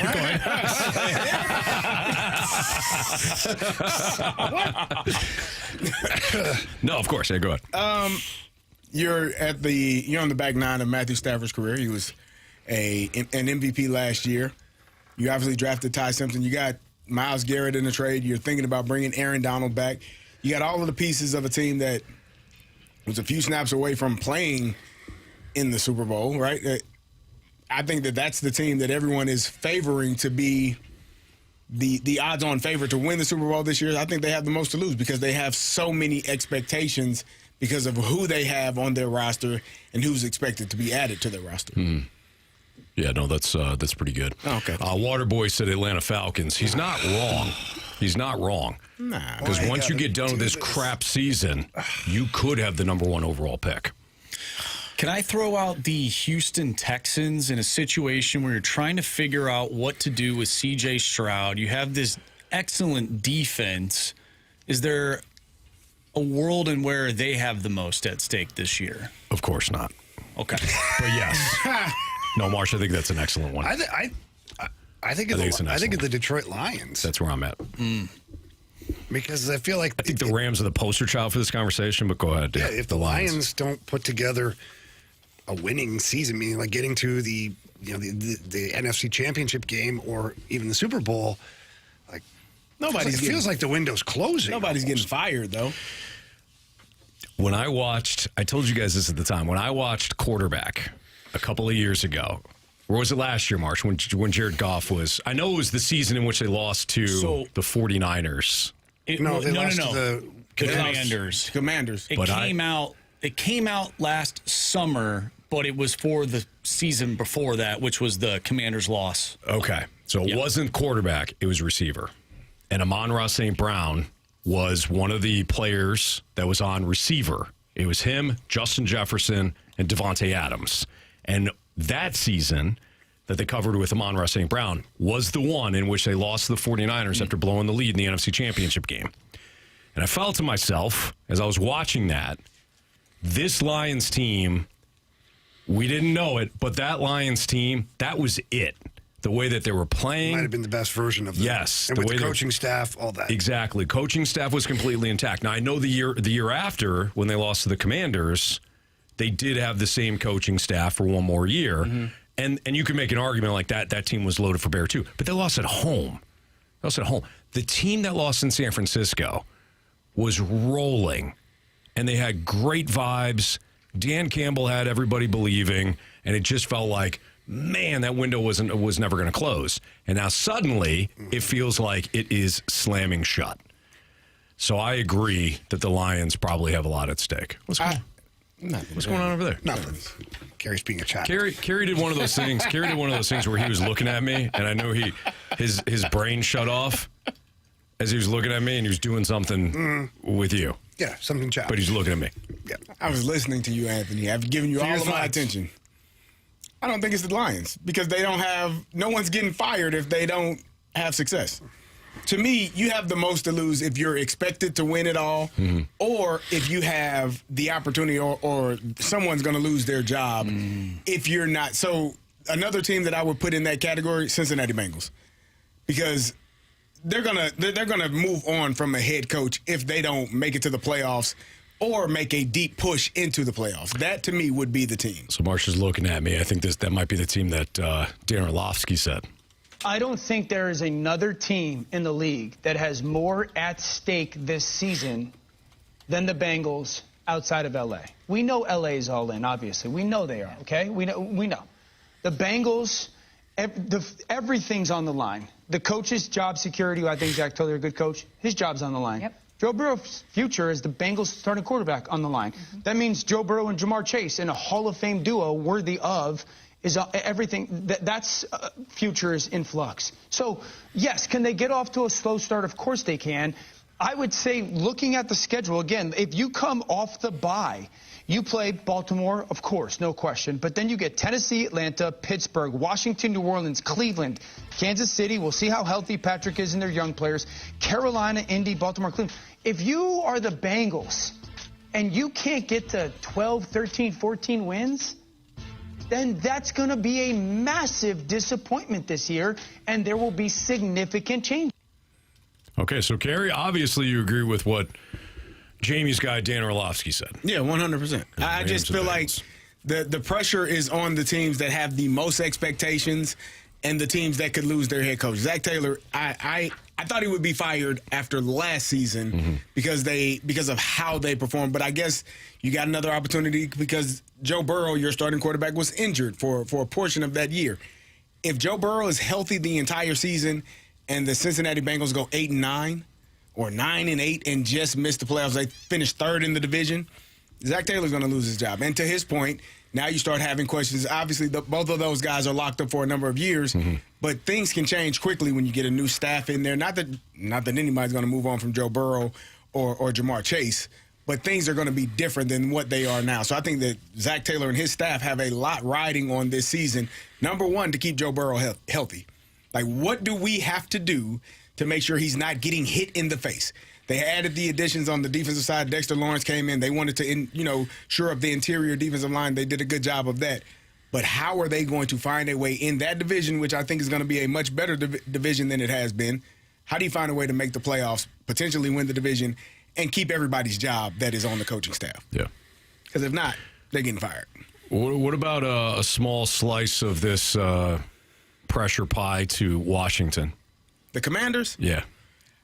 I think Dan Quinn has pressure on him because he's Dan Quinn and has had, some success, has took a team to the Super Bowl. I could see that he could be on the hot seat as well if they don't have the success that they had a couple of years ago, because maybe you got a little spoiled with the first year success of Jaden Daniels and what he was capable of doing. Yeah. If you don't, and then now last year, Jaden Daniels dealt with a lot of injuries, missed a lot of time, so you kind of same thing as which I think saved Joe Burrow, right? Same thing as Zach Taylor. Same thing with him.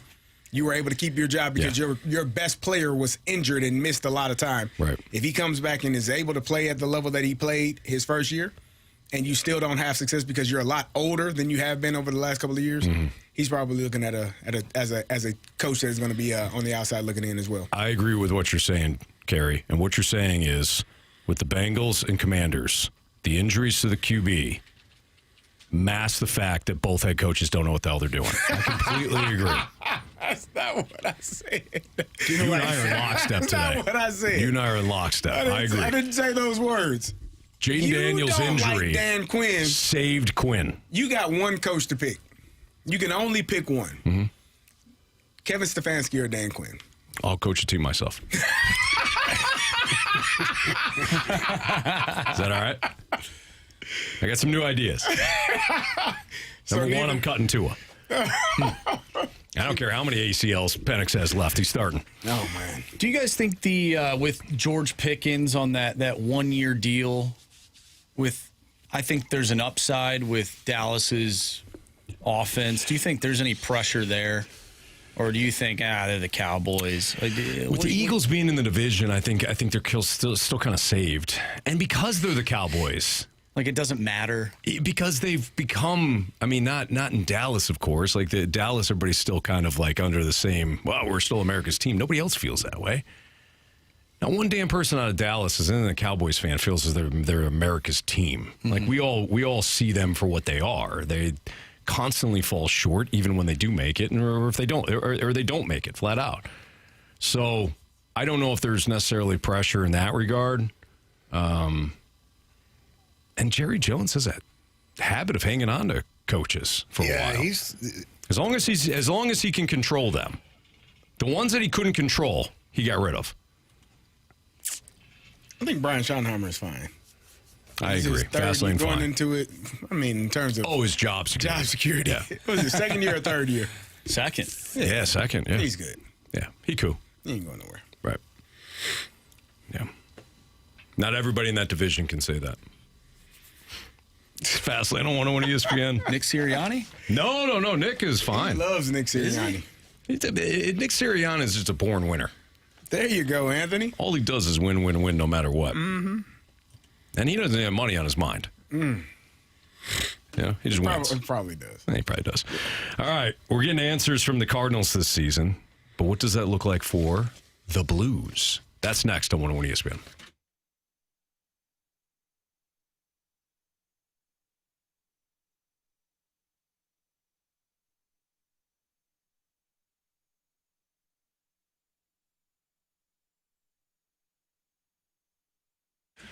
If you're looking for great beers, check out my friends over at Urban Chestnut. Two of my favorites are the Zwickel Light. It's a light beer.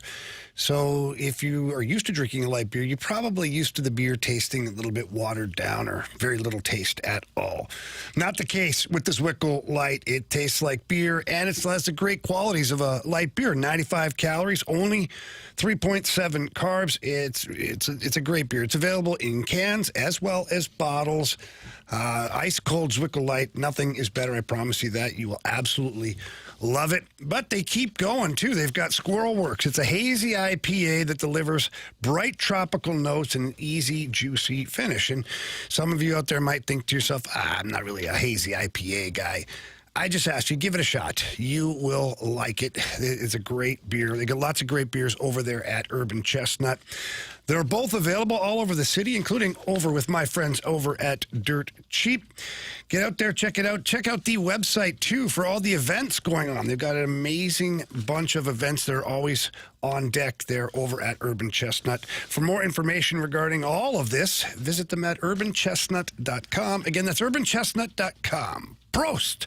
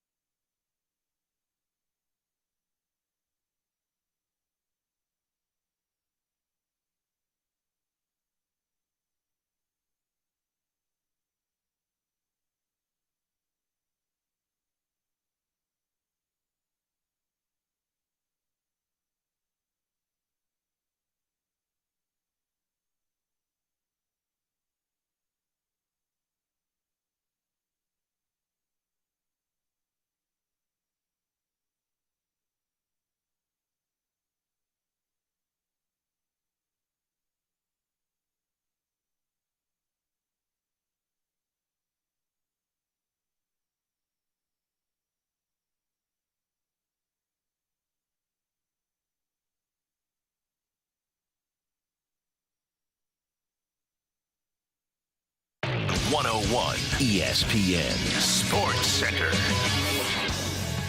I'm Andrew Marsh. It's time for a Sports Center update brought to you by Universal Windows Direct. The Cardinals in Game 1 of today's doubleheader in Cincinnati defeated the Reds by a score of 2-1, and they are about to start Game 2 within the next 5 minutes as Andre Palante will take the mound. He'll face off against Rhett Lauder. First pitch once again coming up in the next 5 minutes.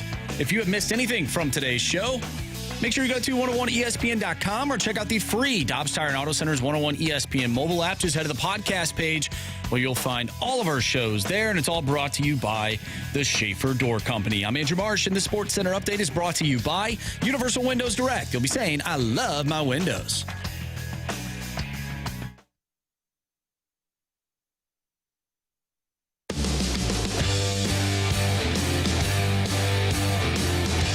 Fastlane on 101 ESPN. Carey Davis, James Rivers, Andrew Marsh, Anthony Stalter. So we're getting answers right now currently on the Cardinals and their builds, right? We're getting answers certainly on Jordan Walker. We're getting answers on, we've gotten the answer on J.J. Weatherholt. We've gotten the answer on, Alec Burleson and other players. What would that look like for the Blues, though? What do you think the answers look like for the Blues this upcoming season? So in other words, the Jordan Walker conversation. Will Jordan Walker be a part of this future? Will he show that he can play in the big leagues? Yes, we've seen that.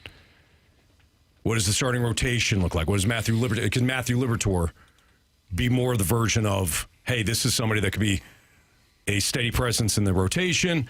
Well, no. We're kind of getting that answer now. So if you relate that to the Blues, what do the answers or questions for that matter look like in your eyes? I think the one question you had before was the Jordan Kyrou question. Is he a Blue moving forward? Can the Blues be successful with him? No. They determined that they wanted to go in a different direction. So that's one of the questions that were answered. I think, is Robert Thomas truly a number one center? I think that's a very big question. He's definitely a first or second line center, but is he a true number one center? Can he drive the offense for your team consistently, or can he become a version of a Ryan O'Reilly to where he plays every single situation out there? I think that's a question. I think another one is, can Dylan Holloway stay healthy? Mm-hmm. That's another one. Can Mason McTavish rebound, go back to what he was 2 years ago? Can he provide that kind of offense for you? Those are some of the questions I ask. Also, is Philip Broberg a true number one? We talked about that earlier. He might be your number one, but is he a true number one? I'd like to see a little more offense coming from him. Yeah. Logan Mailloux, is he a full-time NHLer? Is he the guy that's in your top six defensemen, or does Juracek muscle him out? Don't know. So for me, those are the questions that I have. Marshy, what do you got? One that you didn't mention, but Jimmy Snuggerud. We know that he ended last year, his rookie season, on a high note in his sophomore campaign, where it's probably going to be tougher. He's going to get tough matchups. Can he be the same player that he was at the end of last season, or will he have a sophomore slump? I think he's going to be fine, but we shall see. It'll be interesting to see what his development looks like. And then you have to figure out this center situation. That's another thing. We talked about roles with the Cardinals. Like, can they define roles moving forward? I'd like to see that from the Blues this year as well. In what way? What do you mean the center situation? So, like Dalibor Dvorsky, last week we had a conversation sort of surrounding him. There's different players that can slot on the wing, or they can be a center. I'd like to see at least, I don't know if November's a good time for that, but at least by the end of the year, knowing, okay, this guy, he can hang as a second line center, or this guy needs to be on the wing. I think we need to have those questions answered moving forward. Yeah, I don't disagree. I think it could take longer. Mm-hmm. It just could, because Stenberg was drafted as a centerman, Dvorsky centerman, and I don't know if Stenberg's going to play center next year. But it doesn't mean he can't play center at some point in the NHL. We brought up last week the conversation with Robert Thomas, to where he went from right wing to third line center and kind of worked his way up that way. You're blessed right now to have so many guys who can play center. I do think you need to get some of the guys out of the way, though. I don't know where Pius Suter, where he fits truly in this team. Where is he next year? He's probably not on your team. So maybe you might entertain moving on from a player like that as much as he can be helpful. And then, how much does Jim Montgomery and Alex Steen have a stomach for doing what the Cardinals did this year, which is letting players figure it out? If Dvorsky's a centerman or you think Stenberg's a centerman, you got to play him there. And if it ain't pretty, you may have to play him there anyways because you want to get some answers. So I think the Blues are in an interesting spot this year. And by interesting, I mean could be difficult. Because last year, the first half of the season, or first 3/4 of the season, was not great. You finished the season pretty good, but now you made a bunch of moves in the offseason, and the fans are pretty excited about things. But are you truly out of your retool? I just don't know if you are, because Juracek, Carbonneau, Stenberg, Dvorsky, these are all names that are still question marks. But you got to find out what you've got. And that might be at the cost of mistakes happening throughout games. So again, it goes back to, do they have the stomach to possibly lose games to find out what they have internally in order to set themselves up for the future? Mm-hmm. Now, the players, if they come out and play very well and they're consistent and they're providing the team with enough for wins, then that's a bonus. But it'll be interesting to see how they get to those answers and, basically what path they would use to get to those answers, whether it's letting players marinate a little bit more in the American Hockey League to where they're so dominant that you're an absolute buffoon for not putting them in the NHL, or is it on the fly at the NHL level and, basically taking your lumps at the same time if need be. Yeah. As it pertains to this particular question, do you think Pavel Buchnevich, finding an answer on Pavel Buchnevich and his production is high on the totem pole? Where do you guys fall into that category? Yeah, I was going to be honest. I just don't know where he fits in. Mm-hmm. I just don't know. His point production has gone down 3 years in a row.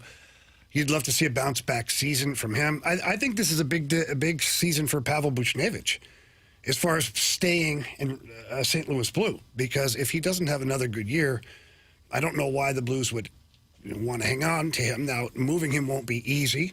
They'll have to eat some of the contract and possibly attach a draft pick or a young prospect if someone were to trade for him. So hoping for the best in that situation, but if it looks like it did last year, that's going to be a tough contract for the Blues. Feels like they have the answer on Pavel Buchnevich, in terms of what he is. Well, do they, though? Because they signed a version of him that wasn't there last year. Correct. That's what I'm saying. You know what he is, and then anything above that, you're like, cool. Yeah, I think he can have a bounce back, though. Yeah. I do. He's got the talent. He's got the ability. He has shown it. Now, I think for me, how much work did he put in the offseason?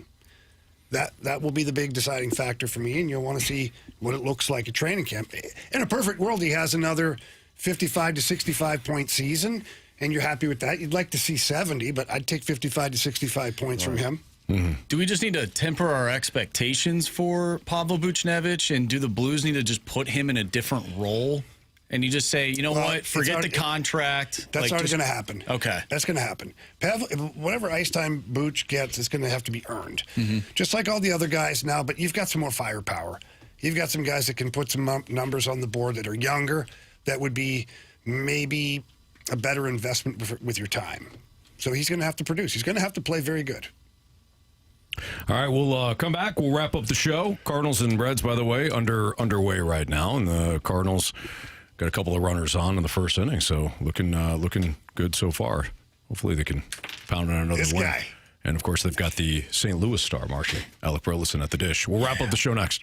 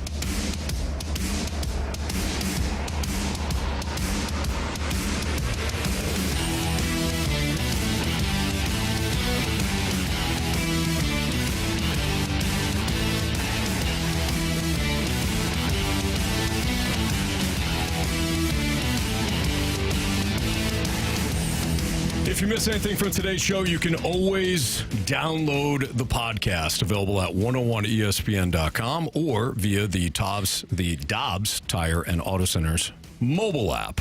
Well, the podcast brought to you by Schaefer Door Company. All right, Marsh, hit us with those criticisms and/or compliments. Criticisms and compliments. Presented by Bet365. With Bet365 early payout, you win even if they lose. Get paid out instantly when your team goes up big, even if they blow the lead later. Bet365. Winning is everything. All right, let's go to Curb Stomp. Today's show, as a whole, Burley Haters has been a Marshy's poll banger. What I learned today is that Marshy has more than one Canadian friend. Way to keep up the heater streak going into a new week. Hashtag shout out to the Snake Pit. Great stuff, Curb. Great stuff. Stoned 9-pin. What I've gathered, and we were talking about Chaim Bloom and John Mozeliak earlier in the show. John Mozeliak done a lot more than you think. Yeah. What I've gathered is Bloom has done fast lane nothing. Oh, wow. Get rid of that guy. Get off your ass, Bloom. The guy was showing the door is just killing it right now. Isn't that way too? Usually, you know. Yeah, they don't appreciate you till you're gone, Anthony. Yeah, very true. You know what I mean? Very true. Once you're gone, like, man, you know what? Yeah, you weren't that bad. It wasn't that bad, actually. I think about it, you did a lot of good. Why the hell didn't you say that while I was here? The hell's wrong with you? I was mad at you then. Come on, man. 314 said, anybody else just get that vomit taste in their mouth when Anthony just said, give Mo credit. Yeah, well, a lot of people hate him. Be careful, man. A lot of people hate him. They don't like it around here. Nope. And Bacon Wrapped Wiener texted in, FUCMU. Come on now. Fire up chips. Rise up, chips. Rise up. You would take Tua as your starting quarterback at CMU. No, I wouldn't. Sure you would. Are you kidding me? In Mount Pleasant in November with Mr. 2 Feet? I don't think so. What's the problem? I mean, what's the problem? I'm sorry. I apologize. I ain't playing in a dome. I apologize. Or Mount Miami. You ever been to Mount Pleasant on a Tuesday night in November? I actually have not, ever. I can't say that I ever will be either. Can't say that I have. And Jamie, you kind of have, being from California. Or Canada. He did rollerblade in California. Canada is what I meant. It's way different than California. Way different. Tua wouldn't survive up in Mountain P. Oh, no. He's never played on a Tuesday night. Ever. Probably not. He was at Bama. I don't think they played on Tuesday. Exactly. He actually might have played. Didn't they play the national championship game on a Tuesday? What? No. It's always on a Monday. Is it? What's wrong with you? Yeah. I don't know. Jamie's right. Tuesday. I don't know these things. Tuesday, this guy says. I know. Only real ballers play on Tuesday nights. Thank you. My apologies. Appreciate you. By the way, Anthony, I thought you would want to know this.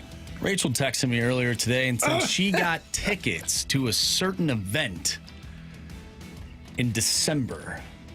Nutcracker? Going to the Nutcracker. You're going to love it. I'll see if I can get an extra ticket. You're going to absolutely love it. Yeah, you guys live close to each other. You and Kristen should join them. It'd be a good night. It'd be fun. We're busy that night. You don't even know the night, man. Parents are in town. You don't know what night it is, brother. No idea. You know what you do, Marshy? Is just text Kristen. Be like, hey, we'd really like to have it. Anthony needs a night out. You know? We'd love to have you guys join us. We'll have you at the Fabulous Fox. There you go. Fabulous night, Anthony. I can't wait to hear your breakdown that Monday. Monday, we'll lead the show with it. I can't wait for it. I think it is on Sunday. It'll be that Sunday. Perfect. So, You'll still be buzzing yeah, from the night 100%. before. 100%. Yeah. I knew you'd appreciate that, though. 3 stars, please. It's time for the Fast Lane's 3 Stars of the Day, presented by Circus Sports. No bet fees ever with the world's largest sports book, now at your fingertips in Illinois and Missouri. All right. We're going to give our 3rd star of the day to the Kansas City Chiefs kicker, Harrison Bader. Yeah, man. Guy's a baller. I can't say much. I just said California instead of Canada. That happens, man. 2nd star of the day goes out to giving Mo credit. Good job, man. Clap it up. Aggressive. Takes a lot of confidence to do something like that. Sure. Especially in this town. And our 1st star of the day, the winner of Marshy's poll, 42% as the current Cardinal favorite player, according to the people. By the people, I mean 60 of them. They spoke. Alec Burleson, St. Louis Star. Nice job, Burley. You did it. It's official. You did it. He's popular. He's a great player. And the Cardinals are down by a run in the 1st inning after not doing squat with their opportunities in the 1st. It's 1 run. It's not the end of the world. No, Carey, it's not. You got to score 1 to win. Yeah, true. Yeah, they had to score anyways. But now they have to score 2 runs at least.